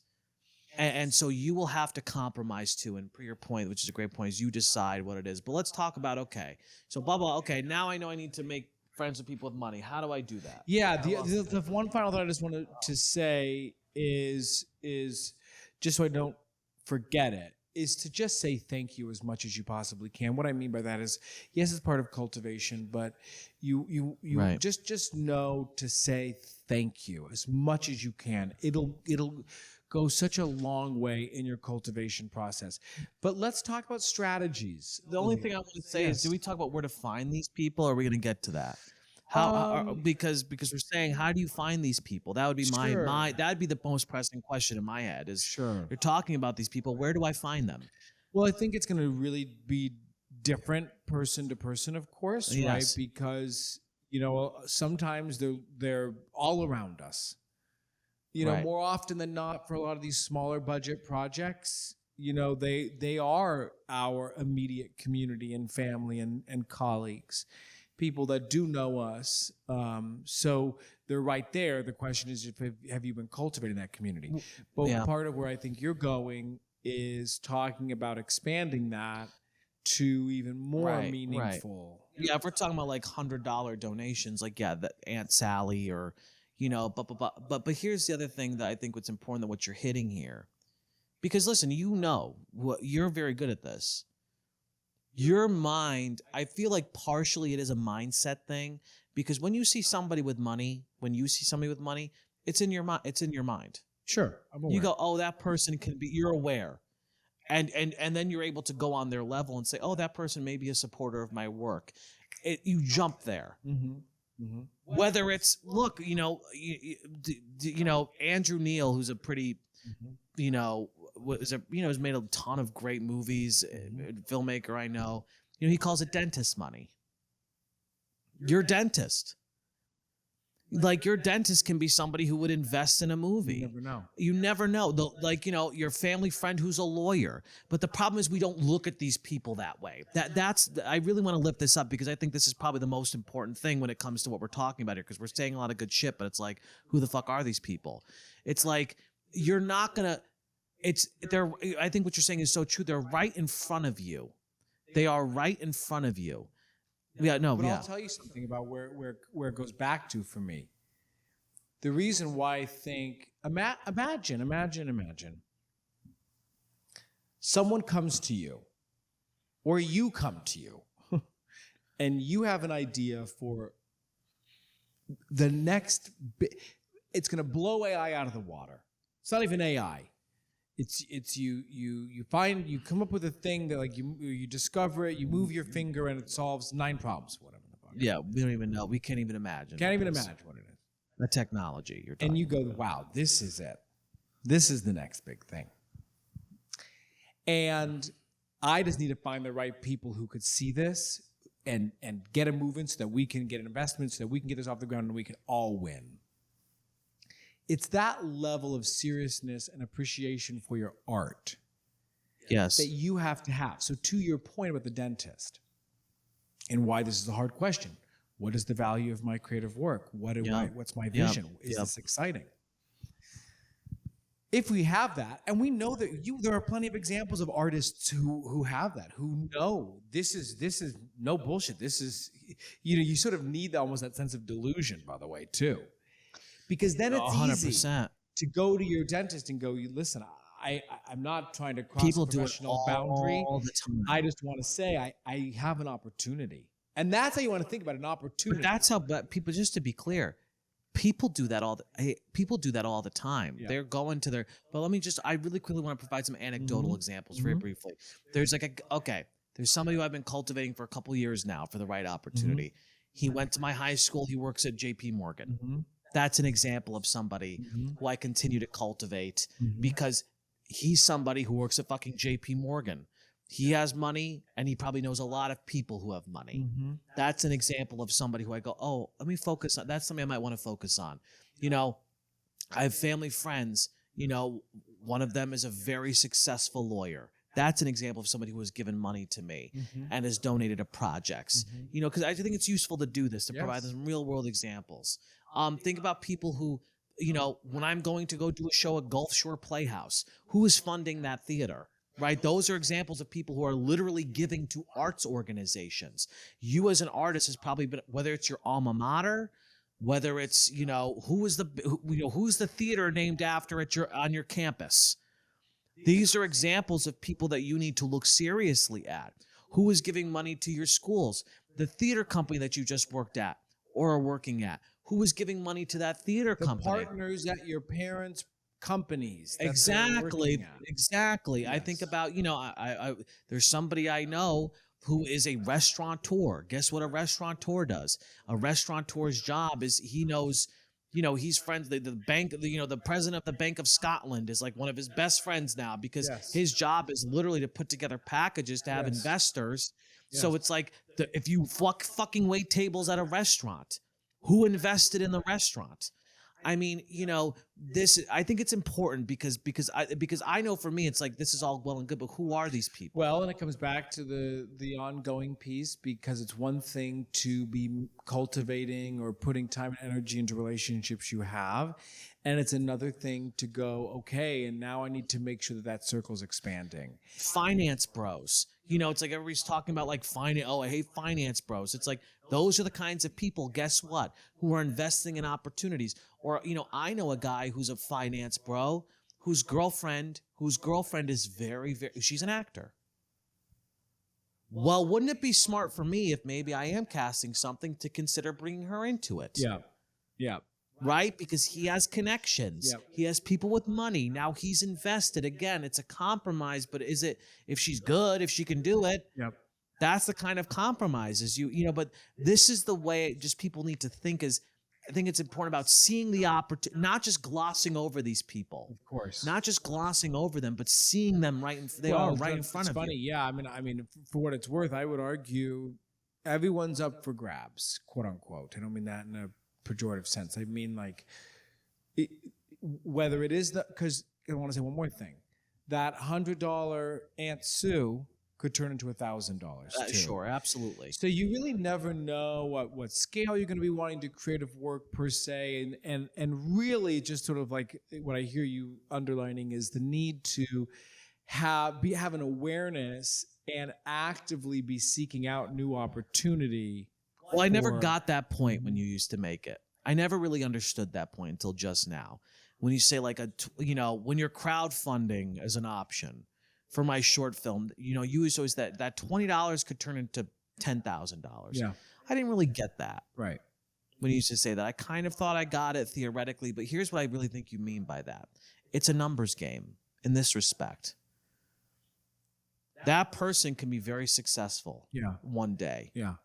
Or that person can be already rich and you can cultivate them more and they can eventually give more money to you. But that person can be super successful one day and have money.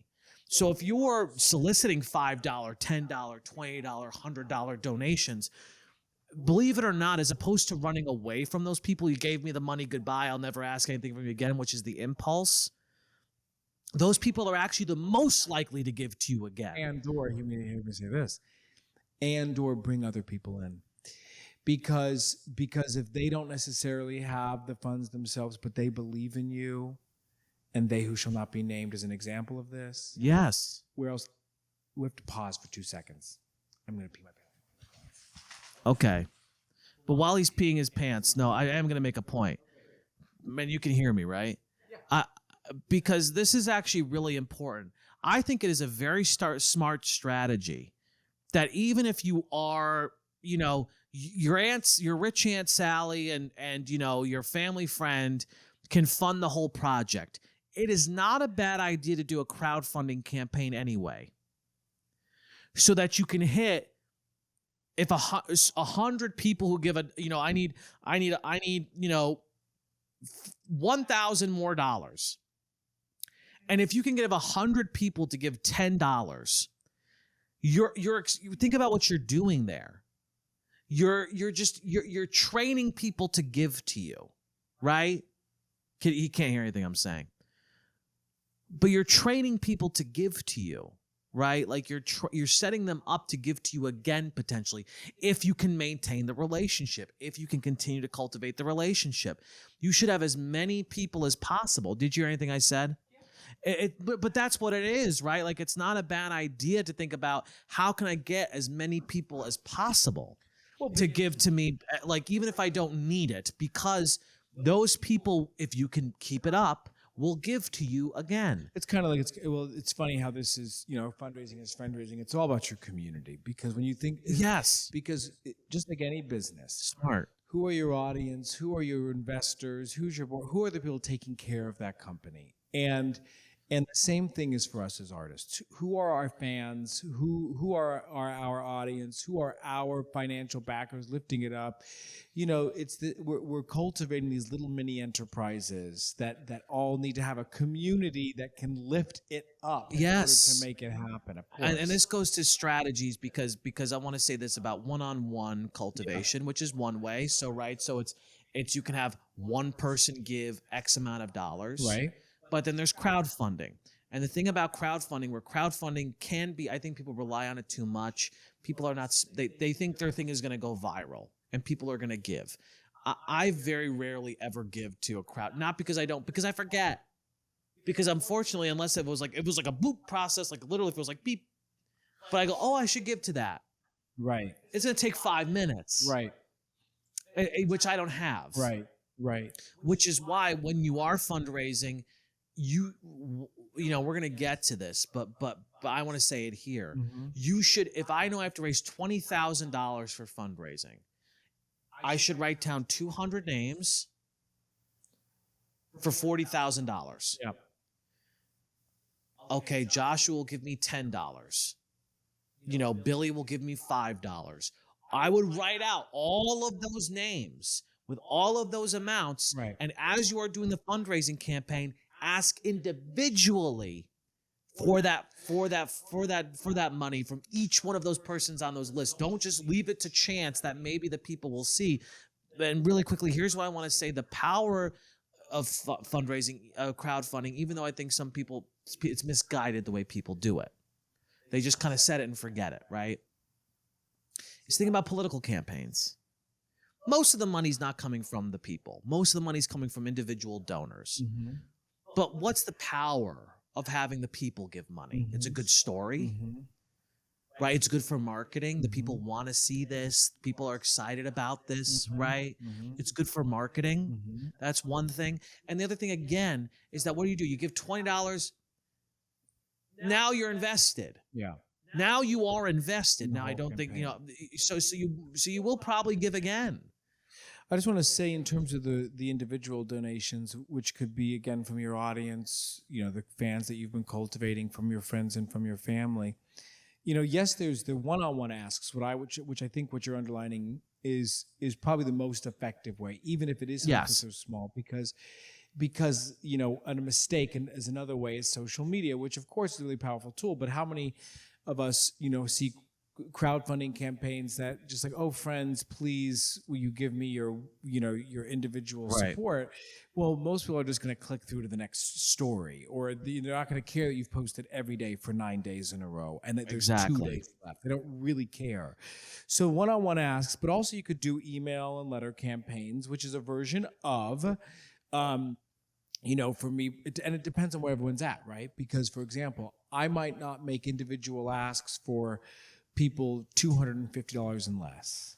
Why? Because it's the time thing. But however, if you've never done it before, per your point, you might need to go to your friend Mitchell and say, hey, I hope you consider giving $25 to this project, because it, Yeah, I think you're advanced, but basically, yeah, I realize what I am kind of saying is that a crowdfunding campaign is basically a one-on-one campaign. right, If you want to guarantee that you Right. raise the money. right, If you want to guarantee that you raise the money, I think that for most people, you should prep a one-on-one ask. yeah, Now, look, it depends if it's a text, if it's an email on the amount, or if it's a call, or if it's a lunch. It'll depend, but I think that for a crowdfunding campaign, you should basically view it as 200 one-on-one asks, or whatever the fuck it has to be, whatever number you've decided you've got to ask. And you know what I mean? I think do. for most people, I like, do. I would do that. If I was crowdfunding today, that's what I would do. And I just want to say one thing about crowdfunding. You know, we have Seed and Spark, Indiegogo, Kickstarter, but there's also something like Fractured Atlas. And the reason I want to underline this point is that Fractured Atlas acts as a fiscal umbrella, meaning that you're able to ask for tax-deductible donations. And that makes a big difference. Now, something like Kickstarter, of course, there's a time limit, and if you don't raise a certain percentage, maybe it's all of it, you don't get it. Like, there's different games to be played. Sure, right. And the one thing I want to emphasize that you're saying, because I don't think we can be too, didactic here, if that's the word, is that, like, if you are not using a Fractured Atlas or some sort of fiscal sponsor, then it literally is, there is no benefit for them besides a relationship, because they're not going to be able to write it off their taxes. Right. If I give to a Kickstarter, I'm not going to be able to write it off my taxes. Right, of course. So it really is about, of course, the incentives you give, but it's just wild when you think about just how many times you have given. I've given to a Kickstarter, which literally has no benefit to me. There's nothing I can do with that. Of course. And I did not get a thank you. I know. I did Well, not these get always kill me. I did not get an update. know. I did not get anything. I didn't get fucking anything. And and that person, and I saw that, and I would see that person at a party or something, and they're like, yeah, I'm doing this. It's like, yeah, dude, I gave you fucking $50, which is nothing, but that's a lot for me. Or $20. I gave you fucking money, and you're talking like, you're not acknowledging that I even fucking gave it to you. It's like, I know. I'm thinking of, there are two people now in my life. you can say the names, I'll bleep them out. One is Yes, I know. It's a fucking hairy armpit, fucking whatever the fuck she does. And the other one, make sure. Oh, we have to really? really make sure we bleep these out. Oh no, I will. Yeah. Because what's funny about that one is I got a quote unquote social media shout out, which is always one of the perks. How much did you give? 75. That's not nothing, bitch. But given the dynamic of the relationship, Right. it warranted a quick text message. Thank you so much for that. That was very generous. And but it's interesting because I'll actually take that. Actually, it's the lack of thank yous is interesting to me, because in some ways I would argue that it speaks to people's expectation, and or almost like I don't have to do that. I don't have to say thank you. Well, you know what it is? I hear it all I hate the way I hear artists talk about fundraising, because what they always say, people want to give to you. They want to give to you. You're providing a value. You're providing a service by putting art. You always hear fucking artists say shit like that. That's fucking bullshit. No, I know How what many you mean. projects have you, like, it's like, I know what that you is, mean. you know what I mean? I I always do. hear I know people what you fucking mean. like it's abundance mindset people who are always talking about, like, people want to give to you because they want to be a part of it. And yes, we are saying that too. But what the other thing we're saying is treat these people like people. Right. Exactly. Treat them like people, not just like fucking wallets with a fucking ATM. I'm sick of hearing this shit. To be clear, these names that we just mentioned, I'll never give to them again. Of course not. Because guess what? There is so much good art in the world, and there's so much good opportunity in the world. So no, people aren't just I don't care how rich and unfair it is and boo-hoo, and they don't deserve their money. Guess what? People are people. They're not fucking ATMs for you and your stupid fucking short film or your stupid fucking play. Like, just have a little sense of like practical, like, Yes. oh, maybe I should care about the people I'm asking money from. Yes. Maybe I should say thank you and treat them like people, not like, wow, no, I'm giving something to them. Yes. No, you're not. Yes. No, you're not. Yes. The world is burning down. We don't need you. Or your Bumblebee story. So individual donations, including the one-on-one ask letter campaigns, social media, you wrote down loan, which I thought was an interesting. Yeah, point. well, alone, because I never would think about this. It's a little risky, but look, if there is somebody with money and you don't feel quite comfortable asking for just like an investment or gift just or- a gift, or is it a gift? You know, that's the word we haven't said, you know, a gift. Which, to be clear, like your $75 to a Kickstarter campaign, that's a gift. Right, exactly. But what you know, you can say is, hey, I need X number of dollars for this project, $20,000. I don't just want you to give it to me. And you know, it's a nonprofit, but what I would love to do is pay you back. And, you know, set a realistic, don't say I'll pay back next year, but like, and a lot of time, if somebody's going to do that, that's somebody who would probably give to a nonprofit. I wouldn't do that like with like somebody, it's somebody who's got to have a heart and somebody who understands the situation. But then you got to pay them back. But the thing is like, you know, it's just something I never thought of before to go, oh, like, can I have a 5-year loan of $15,000 Yes. or something like that? You know, no interest. I would ask for no interest. I mean, it's like, you know, but again, if somebody's going to give to you, we're not going, this isn't to a bank, which you could, I guess you could, but this is a fundraising episode. You're going to somebody who is, you know, who might be a little, you might be, you're not quite there with them yet. Or maybe they don't have the you know, they don't have endless amounts of money, but I just never thought about that as a tactic. Yeah, of course, a loan, crowdfunding, grants. You know, obviously, there's lots of grants statewide, citywide, from the federal government, from organizations, and you know, we were talking about this a little earlier because, you know, I definitely don't engage with grants, but Farrell, for example, engages with grants annually and gets. Why don't you engage with grants? For a few reasons. Oftentimes, they're smaller amounts. $1,500 here, $5,000 there. There are a lot. Listen, grant writing and the process of researching. It's a real skill. and It's a real skill. Even developing relationships with foundations. And what I mean by that is you'll hear this a lot. You know, you'll write a grant. You almost should expect the first few times that you apply that nothing comes of it. So it's a question of ROI, and a lot of times. And I just want to be clear about this because you know me, I was telling you before we record this, I don't really know much about the grants. When you're saying building a foundation, it's like you apply a couple times. Like, how do you build it? Like it's applying a couple times, Right. then emailing, maybe following up. Well, saying, because think thank about you it. for the think about it. I mean, you used to do this, like so. Yeah, but I'm thinking, but I want to give another example. It's kind of like if you want to work at a theater. You know, we've had this conversation. You want to work at a theater, and you reach out and you say, "I'd like to work for the theater." And you might even write a really good note, and it's the artistic director or whatever. They're great. We'd look forward to getting to know you and your work. Right. Well, it's kind of the same idea. Well, I hope you go see a few of the shows and you follow up. Hopefully you do your due diligence and audition from time to time. And then how else can you provide? Maybe you donate to the theater. What's my point? Yeah. Is that when you're dealing with granting organizations, well, I'm not saying it's because a lot of times in some ways they're done blind too, but also as an organization gets to know you and your work, they might understand, oh, this person really not only sees the value of us and our potential support, but understands how this could be Yeah, sympathetic. and as you can tell, I'm just trying to be because I just don't want to withhold information or make it like non-trans. I just want to be transparent. So, if we're talking about like there's a grant organization, you know, it's about maybe potentially like how would you build a relationship with these people?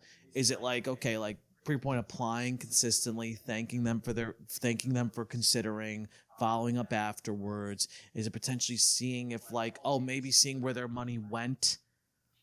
We just announced this initiative or whatever, emailing somebody Maybe there you saying ask for this is so feedback on the grant. sure or like I'm like okay, like ABC organization just started this new initiative and is giving to this foundation.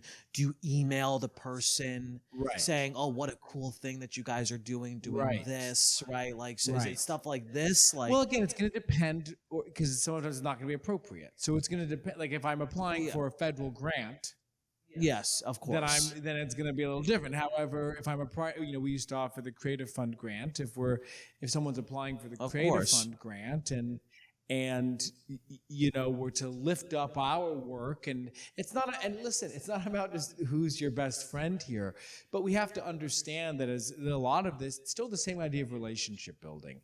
There's still a similar idea of, Yes. and I just want to say this about researching grants. There are a lot of grants, and there are websites that you can go that collect Oh a lot of God, these so artist many. I mean, grants. and that's the thing is because the reason why I'm asking these questions is because, like I said, I don't know the landscape, Sure.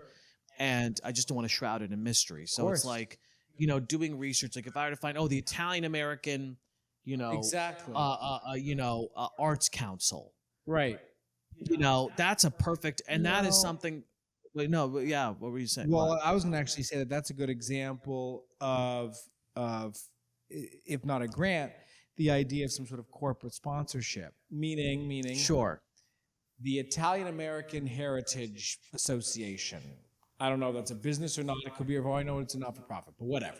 And you're going to do your one-man, 3 different Shakespeare plays, da-da-da-da-da-da-da-da. Well, can you go to an organization that you might have a good relationship with just by way of who you are in order to then ask for that support? Yes, and I want to be super clear about this because I just want to finish the point about, like, let's say it was a nonprofit. Yep. They probably are, and they do have some sort of grants that they give out every year. I should probably set a goal to get a grant from them in 2 years, let's say, Yeah. for whatever project. And so it's about, liking their social media content, commenting, seeing what they're doing, finding out who's a person who's like sort of the whatever deciding person. I don't know what you call this person. Yeah. This is cool that you guys are doing this, or lifting up their organization. Again, finding ways to do the same thing. And so think about, and when it comes to like partnering organizations and corporate sponsorships, what's the material about? So we had our first Creative Fund recipient, Tyler Martin. He was really good at this because what he did was the show was about, it was about like, it was Trauma it was via a queer sexual abuse. yes, and it was also took place in a jail. So he went to a very specific organization that didn't have an arts grant. They didn't have a grant that they gave to artistic projects, but he raised money by going to them, And they sponsored it. and they sponsored it. Right. And they gave him money because they were able to put it under their umbrella. Well, of when we like, did Boeing gave us $50,000. well, there you go. I mean, I wonder who they killed for that. They should have put that in a fucking plane. How about that? But anyway, no, yeah. But just to be clear, we had an inn. I think it was great Miles Thompson, who had an inn at Boeing, and was able to make the appeal. Now, in that instance, by the way, what they were interested in was marketing. Meaning, Boeing sponsors Boeing. They want the press coverage. Also, it's good for a corporation when they're supporting a smaller arts organization. They can speak to their philanthropic. Liz Lale's show. So this is a really great example. Yep. So Liz Lale's show that she's in now, I was talking to her, we were hanging out for a couple hours afterwards, and there's an app that's mentioned twice Product in the placement, play. Sure. They gave, and it was literally like a blip. Like I just like, okay. They gave money to and it's a commercial production. They gave money. It was marketing for them. Yep. And then she was like, yeah, tomorrow night they're leading a Q&A with the cast. So Which part of what you're bringing up again too is just the importance. It's like, again, what do people want? You know what I mean? Like, yes, what do exactly. They actually want marketing. They want leads. They want these people are going to learn about me this way. Right. And I feel kind of, I don't know why there's some sort of and please comment, guys, like let us know, because I feel some sort of like, I hope we're doing a good job not making this veiled in mystery. Like, because I don't think I don't feel like we're. I feel like, you know, I think we're doing an okay job. I think we're doing a good Well, job look, because if we were, it's easy to say something, but then I feel like we need to provide examples. We need to be really specific Sure. because I hear these things and I don't know what to do with the information. But let us know. I hope that we're yes, providing yeah, no, totally fair. providing the information.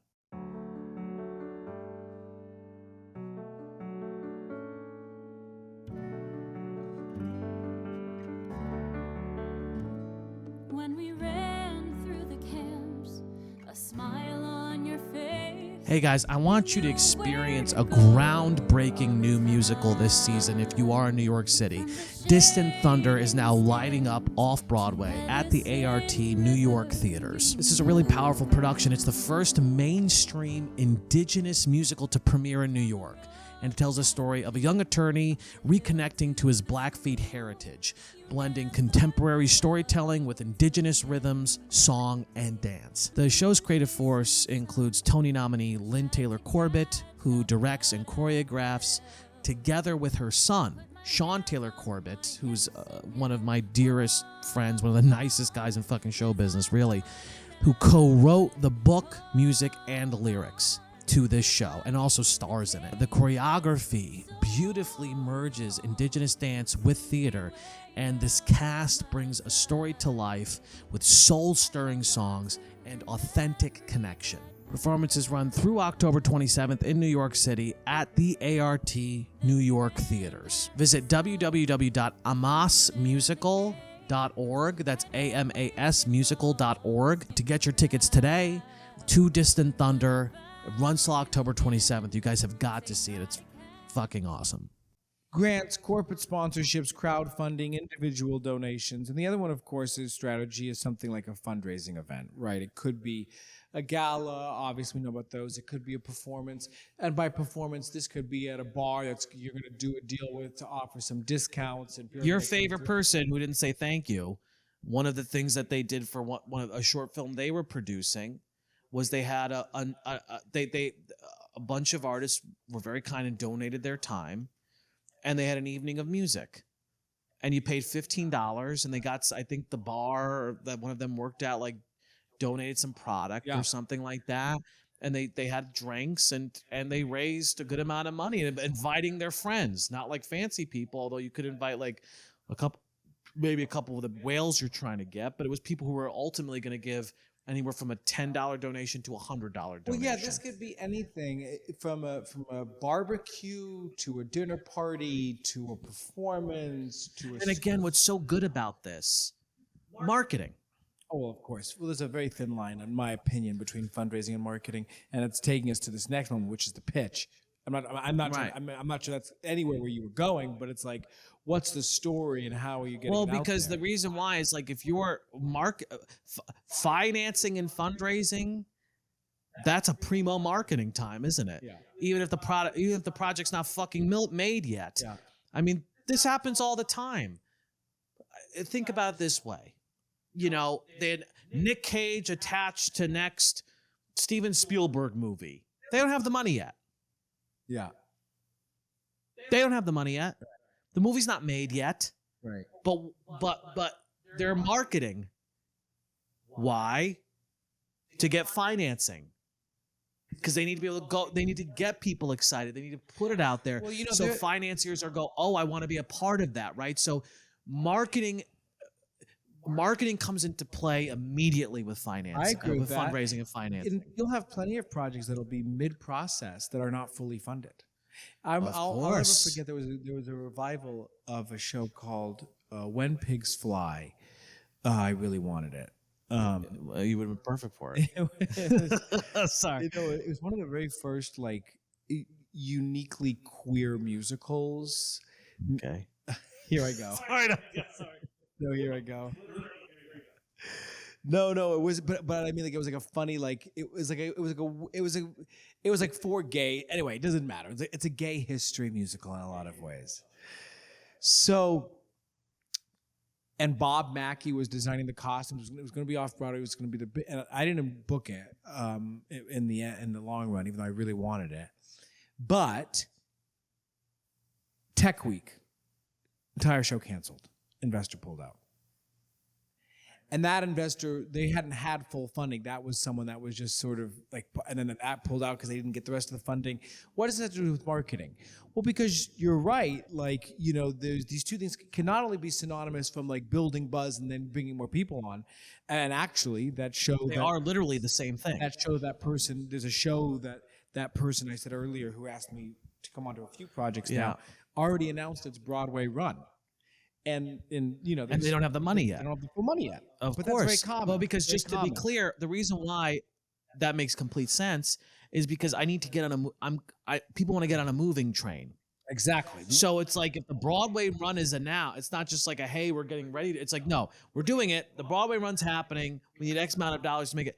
Of course, it doesn't make logical sense when you don't understand how this all works to go like, well, why would you announce it when you don't have the money yet? It's like, well, how are you going to get the money unless you announce it? Right. That's really how it Well, goes. let's talk about this then in terms of this, because I want to talk about the pitch in general. Because I just want to say, going back, I'm going to underline this point.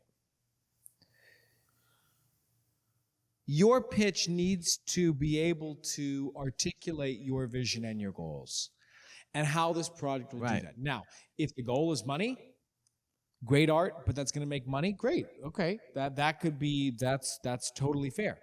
For most of you, I would argue 90% of the people listening to this, it is going to be for the bumblebee going to the zoo. Yes. Therefore, your pitch needs to state clearly, decisively, confidently, sexily how this vision of yours is going to lead to something that's pretty dynamic. 100%. I want to make one last point Yeah. about that before we let it go, which is, you know, it can't just be, we're going to festivals. I would argue that if I was going to raise money for a short film tomorrow, I would say, here's the 3 plans. We're going to submit it to festivals. If it doesn't get at festivals, we have a robust marketing. We'll just you know, make the online release plan earlier. Our goal is to have 300K views. And again, the reason why, you know, you said this about the Ann Bogart thing. Oh, now I'm planning. Whoops. Whatever. Now I'm planning. Right? I'm not just like leaving it to chance. Like I've actually thought it out to the end. Right. Right? So that's actually a good thing. Yeah. Okay. 100%. So you're developing your clear and concise pitch based off of. No, that's fine. I'm looking at this too. Off of what your vision is. And the other things I want to say about a pitch is that they can come one-on-one, so they could be in the form of like I'm pitching you, you know, we're having a conversation.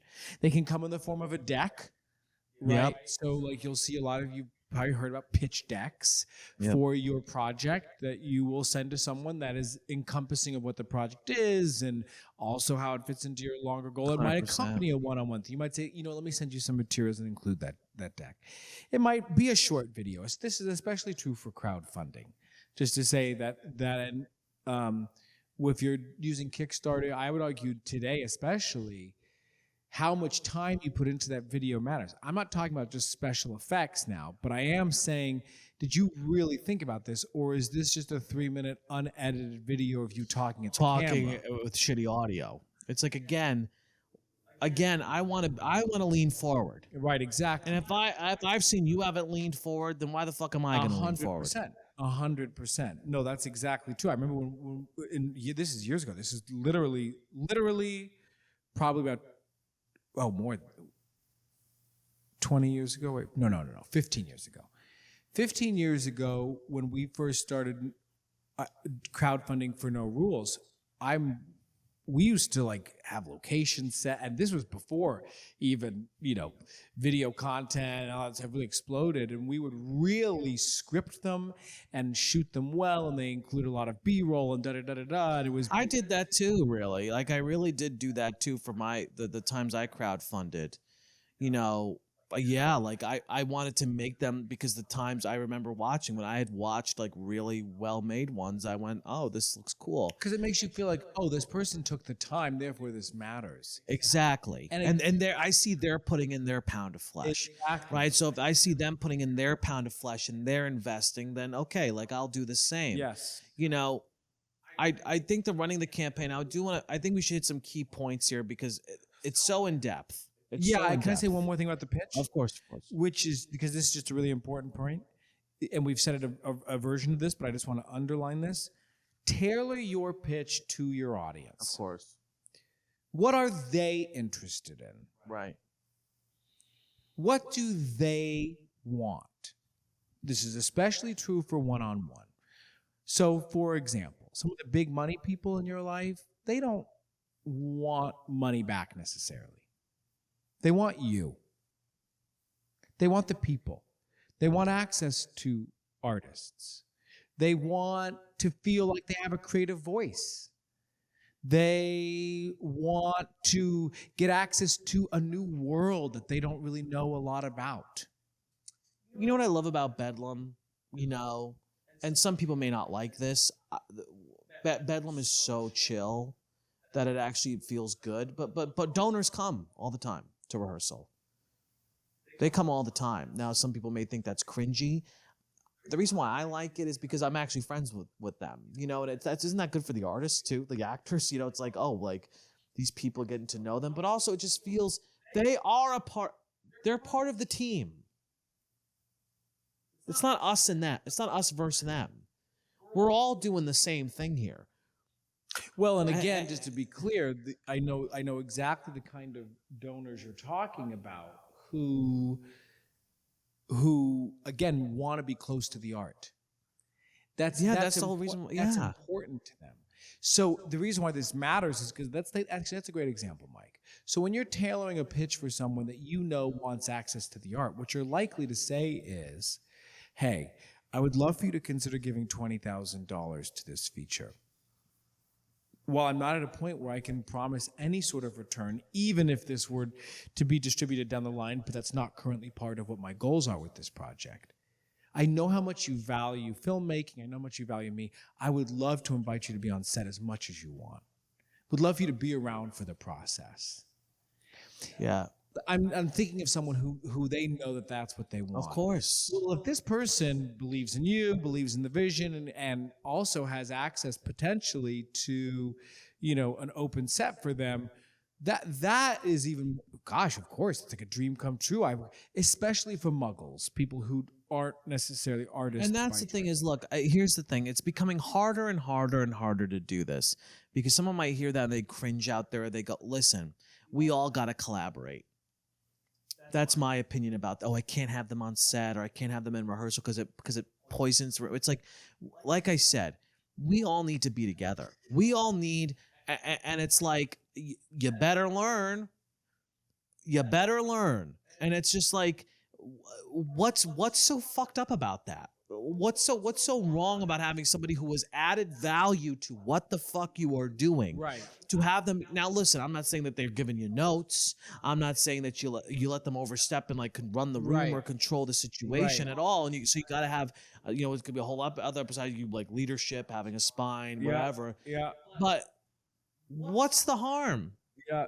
What's the fucking harm? No. I like the point that you're really underlining here because I think sometimes that artists reject money or reject or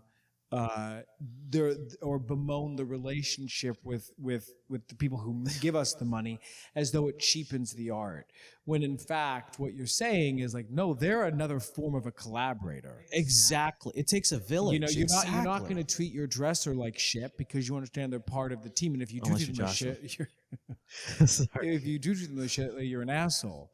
But the same is true, if not more so true, for the people who see the value in your work. So therefore, going back to this idea of a community, how are you growing and fostering a community that is going to be mutually beneficial for all? Right. So the last piece of what we want to talk about that we're really not going to get into very in depth because It's so in-depth. because Yeah. it's not. It's so dependent on how much and what you're fundraising for. Well, it's also a different cat. It's kind of a different topic Right. because it's all really time management. It's all about accountability, time management, Right. having a Leading system a to work from. It's team. kind of a different And it's thing. running a campaign, running Yes. a fund. But there are a few points that I think we can Go ahead. hit here. because and here's I'm going to start with this one because people don't do this. People start the fundraising process so often than not without even knowing how much money they have to raise. Which this might sound like kind of shocking, but they don't know how much they have to raise. They just go, how am I going to raise it? I need to build a plan. Well, how much do you have to raise? I don't know. Okay, well, hold on. So the first thing you have to do is make a fucking budget. I don't care if it's for the concert, the short film, the feature, or a season long of a theater company. You have to know how much money you need to raise just to say that. And you probably need to show them where the money's going. Well, I am so glad you said that, because one of the things that I think is really valuable when you're asking people for money is to say, I'm specifically hoping you're going to give $1,200 because that's going to meet all of our costume needs. And if I, the donor, then know that where it's specifically going, I know where I go, and also it shows me that the person in front of me is not a fucking lunatic, right, or is not fucking incompetent. 100%. They thought it out. Yes, exactly. Right. So it's a great point. Exactly. And you know, the next thing is, before we move on, is plan to raise double. Right. You know, this isn't here, but this is actually probably the most key thing. It is here. Yeah. Okay, sorry. No. No, actually, it's right there. Yes, literally the next point. No. Yeah, you didn't write this down, loser. No, loser. Wait. I have to say this, so funny because this is Patreon. Yesterday we were driving, and Joshua. I keep thinking about this. There was like a family walking by, and Joshua was miming like he was gonna like run them over, but he was like, "Kamala!" Like he's like imagine if Joshua just killed the whole family with the car, but was like, "Kamala!" Yeah, but the reason why we're screaming Kamala, leftist, well, like a leftist terrorist, like that's like an Antifa, like. Well, that's terrorist. Because the family, the guy was wearing like "Home of the Free" shirt. Yes, sure, yes. So I was like, it was so funny, like just imagining like you just like killing a whole family, being like Kamala. Anyway, I know it's Kamala, by the way. Yes, anyway, but this is so. Well, this was the biggest, because where I first had my relationship with you, really, where we really first was, I was raising a short film. Right. I was raising money for a short film that Michael had written, and we had like a week left, and we were maybe about halfway through our goal. And Joshua literally came in, and I was the lead producer, and Joshua came in and saved the whole campaign. Was it that far behind? I don't really remember. I guess maybe it was 3/4. I don't know. You had raised. Yeah, but it was. And you know what and I think it's important to say, because the first place we went wrong is we only planned to first off, we didn't plan. We literally did not write down names. Right. And go, who is giving how much? Right. Who is giving how much? Right.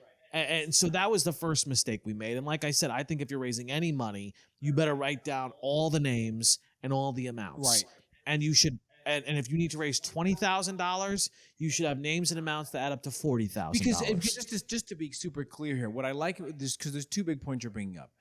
Creating a list of who and how much is the plan, meaning this is the pathway to me raising that $20,000. And you can see it, even if it's 500 fucking names. At least you can see it, and that it's possible. And you know you're going to get no's. That's why the double is so important. It's inevitable. Therefore, if you have a plan for $40,000, with the expectation of no's, well, you're more than likely going to hit the 20 plus. Did you raise more than you needed for that other? Yes. This is not uncommon. Now, this is often an overwhelming thought for people because, first of all, fundraising is hard enough as it is, and I have to raise double. Okay, whatever. It's what you're saying. Because, by the way, if you create that target list and you don't have the number, well, don't let that completely destroy the project. You just have to answer the question, well, what am I going to do? Which is... Well, someone magic time? Right, exactly. that fucking, freak we saw out there with the top hat and the cane is going to come to the rescue. There was literally somebody, we were driving here, who was, we're at School of the Arts, and there was somebody, with tie-dye pants who looked like, Slender Man. Yes. Well, he had the same hat. Well, yeah, so probably a they, let's be honest. But it was a Slender Man looking person who had tie-dye leggings and a fedora. It wasn't a top hat. It was a black fedora, like your saxophone character would wear. But it was like, it was like Waities, like that kind of thing, like, and had a cane, but the cane wasn't like a cane. It was a long stick that looked like one of the ones that the magicians use. That's like, that goes like this. It was black and had at the ends were white, so they looked like a fucking non-binary magician or something. And as soon as we crossed, they were twirling the cane. They were twirling. I was like, okay, like here we go. Houdini probably is fucking rolling in his grave. So okay, so what you're kind of getting on, I just want to hit this point, is along with creating a budget and then identifying a goal times 2. Is essentially to create some sort of system for your campaign. Yes. And I'm saying some sort because, again, it's going to vary dependent. Yes. But what that could probably assume is some kind of calendar so that you can have a timeline for the expected raise just for yourself. You might put some goals alongside it. Yes. Well, you just said it, but I'm going to say it again. A targeted list of the folks or businesses or grants or whatever that you're planning on asking for and how much you might potentially be able to get. This is the big one. A process for analyzing and improving. You hear me say this phrase a lot, but this is the thing that I see go wrong with most fundraising campaigns.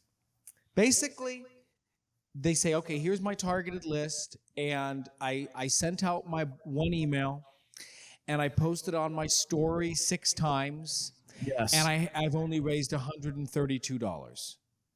Okay, great. So lots is not working. What do we have to do to change it up?